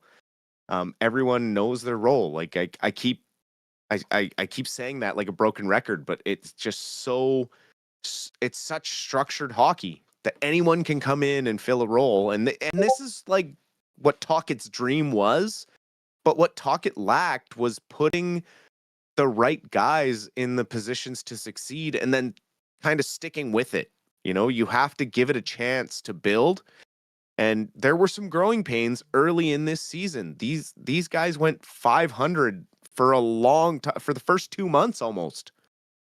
And then as they understood what Malhotra was trying to teach them, the defensemen then started getting more involved with the play, and then you started seeing the offensive structure grow, and you started seeing them put more and more goals in the net. And then all of a sudden they were winning 9 games in a row, 12 games in a row. They were going on these crazy winning streaks, and it was like, what the heck is happening? And I was watching just this incredible structure being developed and these careers being rejuvenated, like Sammy Blais for the last half of the season. It was like, how did this guy not end up with an NHL contract again? It's like, clearly those injuries are a thing of the past. He plays with no fear and no worry of any knee issue. And the way he took a lot of penalties, unnecessary penalties against the Eagles, but I'd much rather have a guy like that playing with his heart on his sleeve and doing absolutely everything in his power to get my team to that victory than some other players. His hits look like they're from Chell, right? Like, you love it in Chell, right? You always lay the guy out after he makes a pass, but this is in real life. He's doing that to people. Oh, it's open ice. Like, it's not even up against the boards. Like, he's just, he's like a wall. He just stands there. It's not like you see those big hits and both guys kind of fall. It's like a car crash. No, he like posters up on these guys. Like, he's like, yeah, you lay there and think about what you did. Oh, Calvin and Charlie chime in, and Kirill Kudratsev also didn't have a shot. So there's 3 guys on the roster: Nate Smith, Kudratsev, and Aatu. But we'll call it 2 because, as we said, Aatu was out pretty quick there. So roster-wise, you think that means probably, well, I mean, depending on what it looks like, but if he didn't come back tonight, highly doubt he's coming back for a game that's only, they got 1 day off, travel all the way down to Texas to play. So probably thinking Glover gets back in the lineup for game 3. Yeah, it's probably just the easiest switch right now. Depending on who else is feeling healthier. There is like Niels Oman out there in the wind and a couple other guys nursing injuries. So you also have Danila Klimovic, who could come back in. But I think given the way that tonight ended, I would not be surprised in the slightest if we see Ty Glover back in the lineup, because you're going to want that size and that grit that he brings with his game. So I would expect some fireworks early on game 3.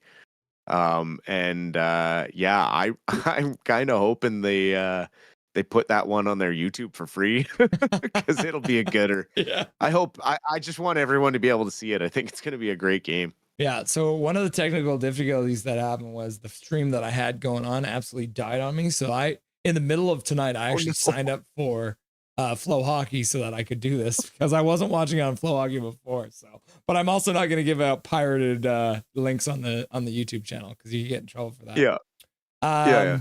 Nothing is perfect. Nope.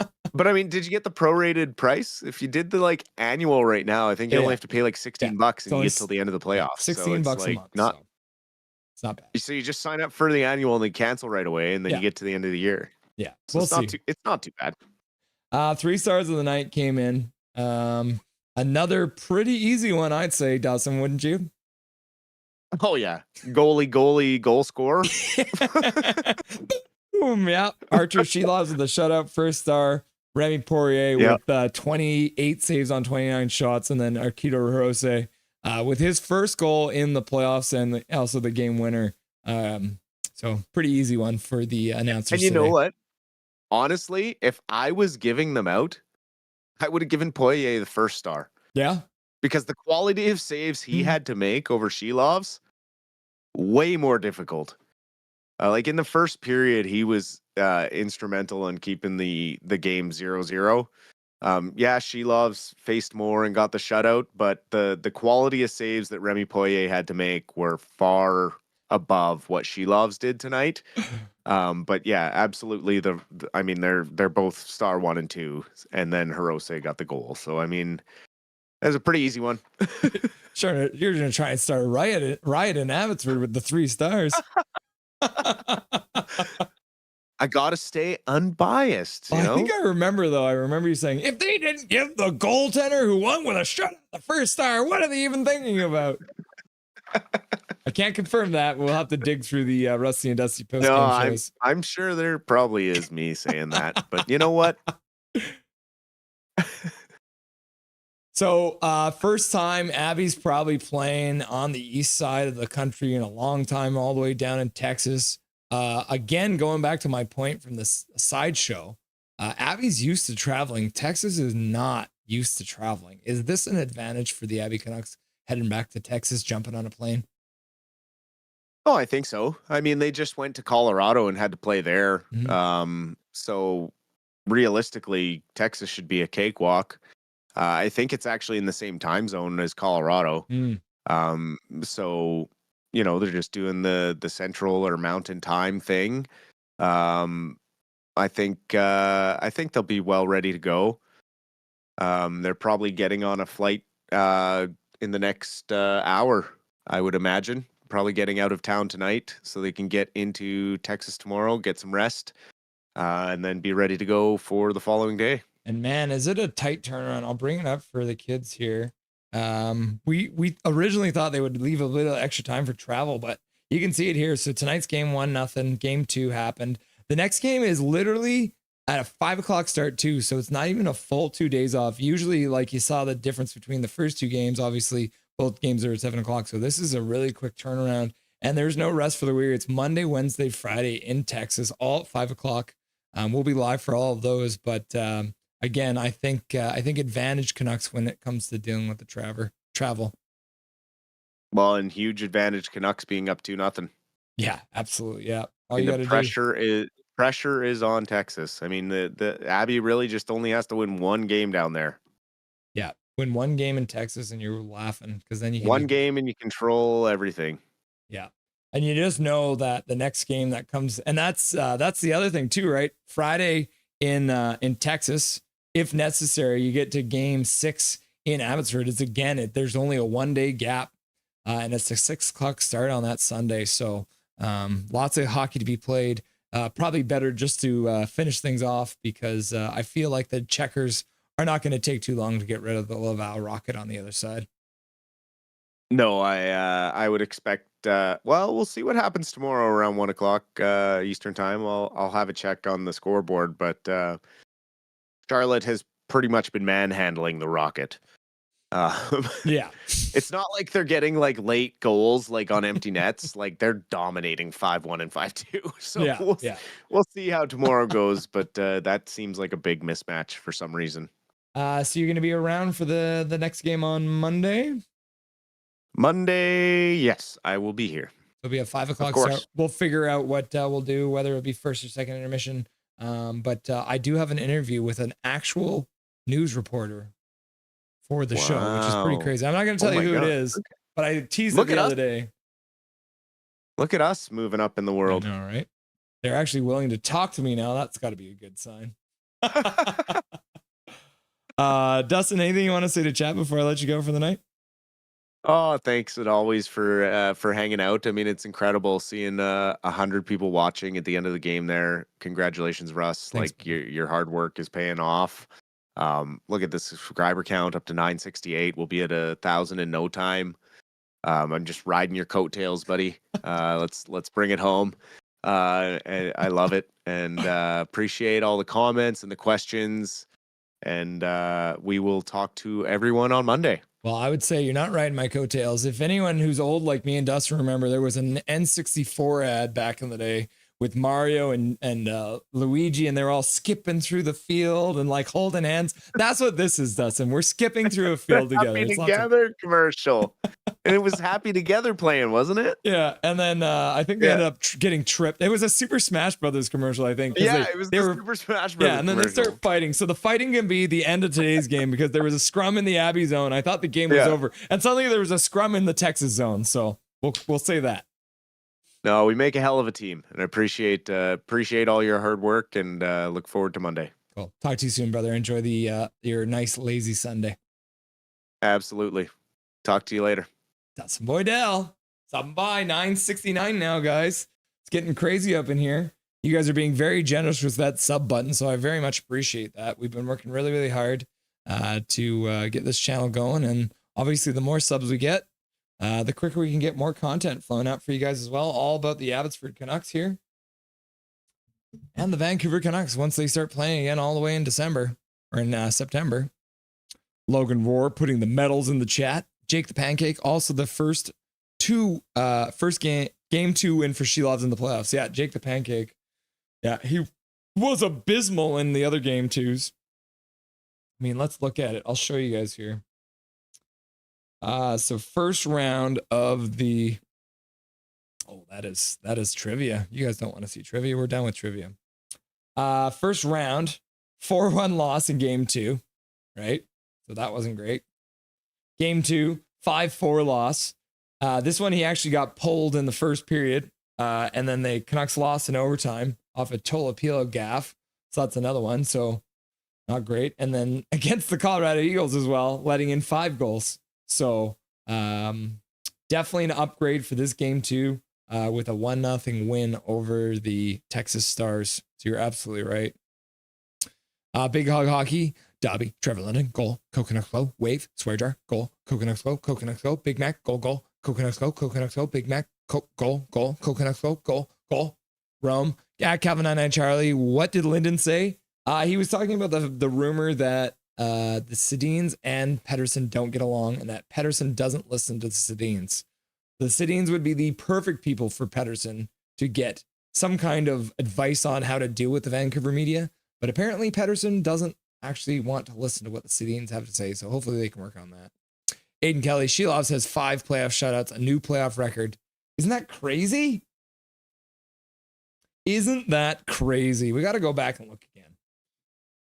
5-0 in the third game of their series against Tucson.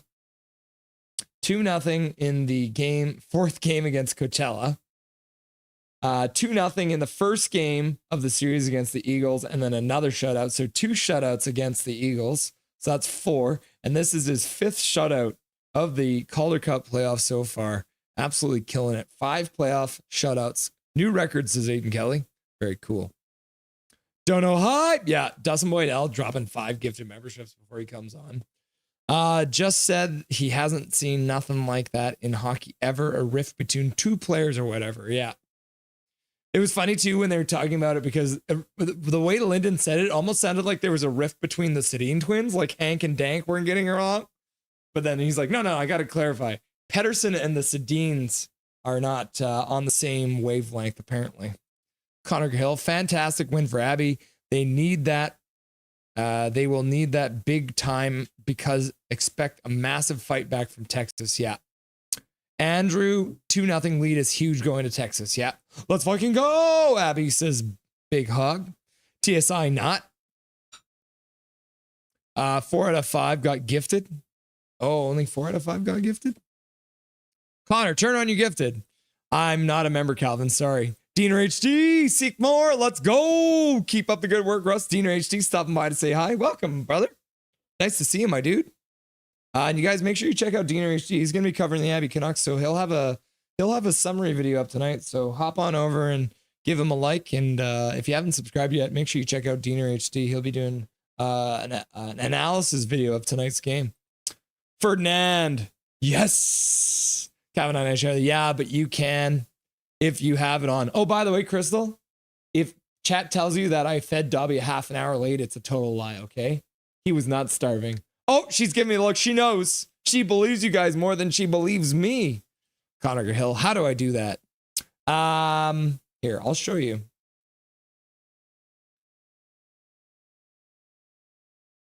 This.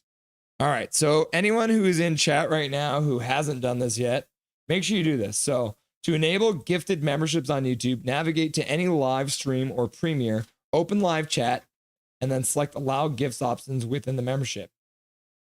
So you can, there's a join button on the page. You click on the join button, and then there'll be the 3 dots at the top. And then you're going to have to hit gift settings and then enable the allow gifts. So if you do that, there's a good chance you're going to end up getting gifted membership on this channel. All right. So yeah, if you haven't got it yet, make sure you do that. You click the join button, click the 3 dots, and then enable allow gifts. I'm only seeing 4 of 5. Yeah, you might be right. Scroll up to see that. And thank you, Connor, for the $2 dono to ask your question there. Yeah. Fraser, they've slayed the dragon, Skytrain, Jessica, and TSI. Yeah, so slayed the dragon. You missed slayed the dragon, got one too. Calvin and Charlie, I might have that person blocked if they didn't get it. Yeah, slayed the dragon, got it. How did my other name get a gifted sub? It's not in chat. That's weird, right? It might be due. I think it's just something weird because the same thing happened, Jay. Somebody gifted memberships, and then my other account, my non-YouTube channel account, got a gifted membership, which was very strange. Oh, that person blocked me because he couldn't handle the heat. Exactly. Love to cook and cooking them. Laugh out loud, JK. Eddie F, great job. Subbed. Off to play some ball hockey here in Bangkok and sweat our nards off in 33-degree weather with some other Canucks. See you next time all. Let's fucking go, Abby. Have fun, brother. Ball hockey in Bangkok sounds like fun. Maybe not the heat though. Lots and lots of heat. No jinxing. I'm out for the evening. Hope everyone has a fantastic night. See you later. Big Mac 133. You right, says KJ.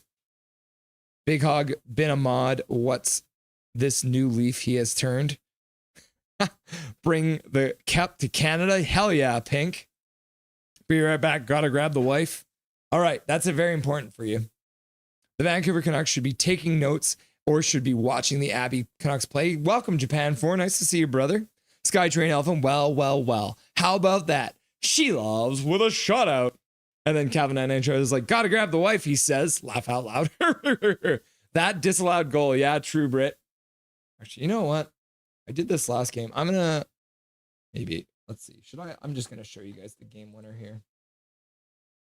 I didn't get in trouble for this last time, so we might as well try again, right?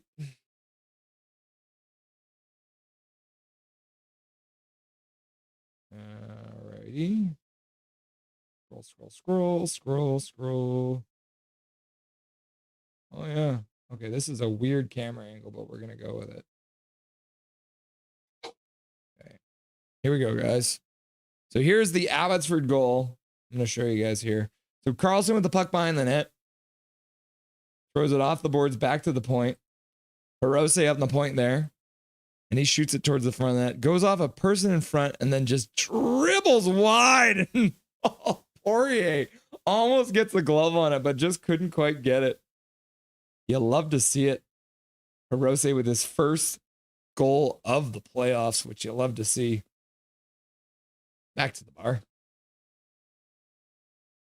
Oh, here is this. Oh, here's a better camera angle. Okay, we'll use this one. Okay, let's show you this one here instead. So Carlson in behind the net.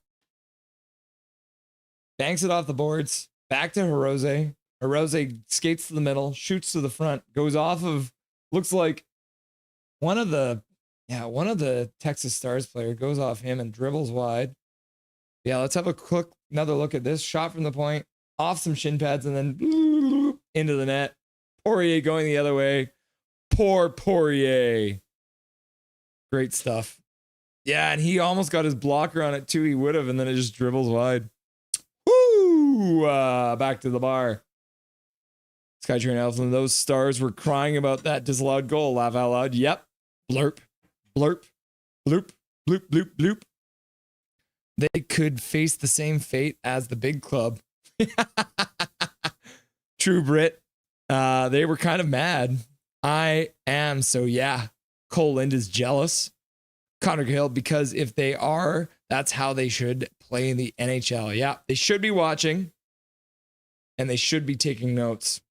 Just like Japan 4 said, just like Connor said, go at it, hammer and tongs. You give effort. You give it everything. KJ Brazy, Garland is watching for sure. Dusty looks cheeched. Laugh out loud. What do you mean cheeched? No jinxing. Garley's gives 110%. True Brits laughing and crying. Rome, Connor Hill, don't know hype. Calvin 99 Charlie. Oh my God, I never knew how white Linden looked. Holy, he's like 70 years old. Trevor Linden's only 10 years older than me, I think. 10 plus years. It's like 10 or 11 years. With that white hair, yeah. Matt Irwin is in attendance. Oh, okay. Former Abbotsford Canuck Matt Irwin in the house. That's good to see. Connor Hill, Super Bowl is the most over-promoted, over-mediated, and over-piled dog muck in existence. I watched 5 minutes of the last one last season and turned off the channel. It was so goddamn boring. Connor Hill, American football has nothing on hockey, period. Yep. Go 49ers, says KJ Brazy. Hell yeah. Jay Balcott, I admit I didn't know who Matt Irwin was, but I did a quick search on him. Yeah. Jake the Pancake, Arthur Shelov's breaking the record for most shutouts in a single Calder Cup playoff run. Woohoo! Jay signed 2-way contract as a free agent, but only played in Abbey. Yep. In 2023. Connor Hill. Then who's Princess Peach? My wife says, me. We saw a lady at the mall today with peaches all over her shirt, and Crystal wanted it, so there it is. Princess Peach, Crystal Jean Holiday. Andrew, all right, I'm back. What a great game. Is your wife happy? Did you tell her that you were also happy the Abbey Canucks won? True Brit, it was a great game. Yeah, that was lots of fun. Andrew, I think 6 is the AHL record. Casket Brain, Artie Party. True Brit, PD ain't on anyone's wavelength. Yeah, that's true. Sorry, 8. Most shutouts in a playoff career, 8 Gord Henry for Hershey. Most shutouts in the playoffs career. Okay, yeah, that's career. Yeah. Crystal Dobby was fed late. Oh my God. Get his ass, Crystal. Oh my God, Hachiko, don't rat me out. Thanks for the guidelines, Mr. Holiday. You're very welcome. Omerta. I didn't see nothing, Crystal. Thank you, KJ. You got my back. KJ Brazy squared. Oh no, it's KJ Brazy. Regular KJ Brazy. Jake the Pancake, 6 is the record by Mika Nornan from Rochester in 2000. And then the line chain shows up. What's up, the line chains? How's it going, Tyler? Artie Party! So Shelovs hasn't broken the record yet. Sorry, career 8. I'm dumb. New Abbey hat is good luck charm. Awesome. The line change getting an Abbey hat. You love to see it. What a squeaker. Yeah. Love the effort by Poirier or whatever his name is. Yeah, you got it. Poirier. Heartbreaker. Laughing and crying. KJ, late night tacos and movies with my wife and the kid tonight. Awesome. It's good to hear. Which movie, KJ? 1970? Russ doesn't know what cheeched is? Question mark. What does cheeched mean? No, I know what cheeched mean. Minus the viewers, I agree with about the NFL, NHL thing. Calvin I Charlie, cheeched as in John Garrett? Yeah. Stoned, baked, high, whatever you want to call it. Laugh out loud. Game, eh? Okay, guys. We are going to continue to follow the Abbey Canucks through their Western Conference final game. So we will be live again, as it says here, on Monday, June the 2nd, 5 p.m. I made sure that I got the time off of my other job. So I will be able to get that for you guys. So we'll be live at 4:40 on Monday. Should be a lot of fun. Yeah, so the thing is, the Stanley Cup playoffs is going on, but I really just want to focus on the Canucks because I got a little sick of calling games for the other teams, which is kind of funny. But we are going to definitely focus on this series here against the Texas Stars, between the Abbey Canucks and the Texas Stars. Ryan H. late but here sounds like a very great entertaining game. Had to work this afternoon. I'm sorry to hear that, Ryan H., but I'm glad you could stop by for the moment to say hi. Come on, Russ. 24-hour stream, man. Someday, Jake the Pancake. We will do it. Oh, yeah. What a game. What a fun game for everyone here. It's been a lot of fun. Thank you, everyone, for being here. Thanks for the great numbers as usual. Have a great night, Mr. and Mrs. Holiday. Thank you very much, Connor. Yeah, so we'll be live again on Monday for 4:40 to watch the Abby Canucks take on the Texas Rangers. Remember, another collab on June the 2nd, Russ. I don't have space for you on the 2nd. We got another one. But definitely let's look at, we got the game on Wednesday as well, June the 4th. So let's have a chat and we'll get you back on there, Tyler. Thanks for coming here, boys and girls. It's been a lot of fun. And remember that my name is Russ Holiday. This is Nothing is Perfect. And make sure that you make good choices.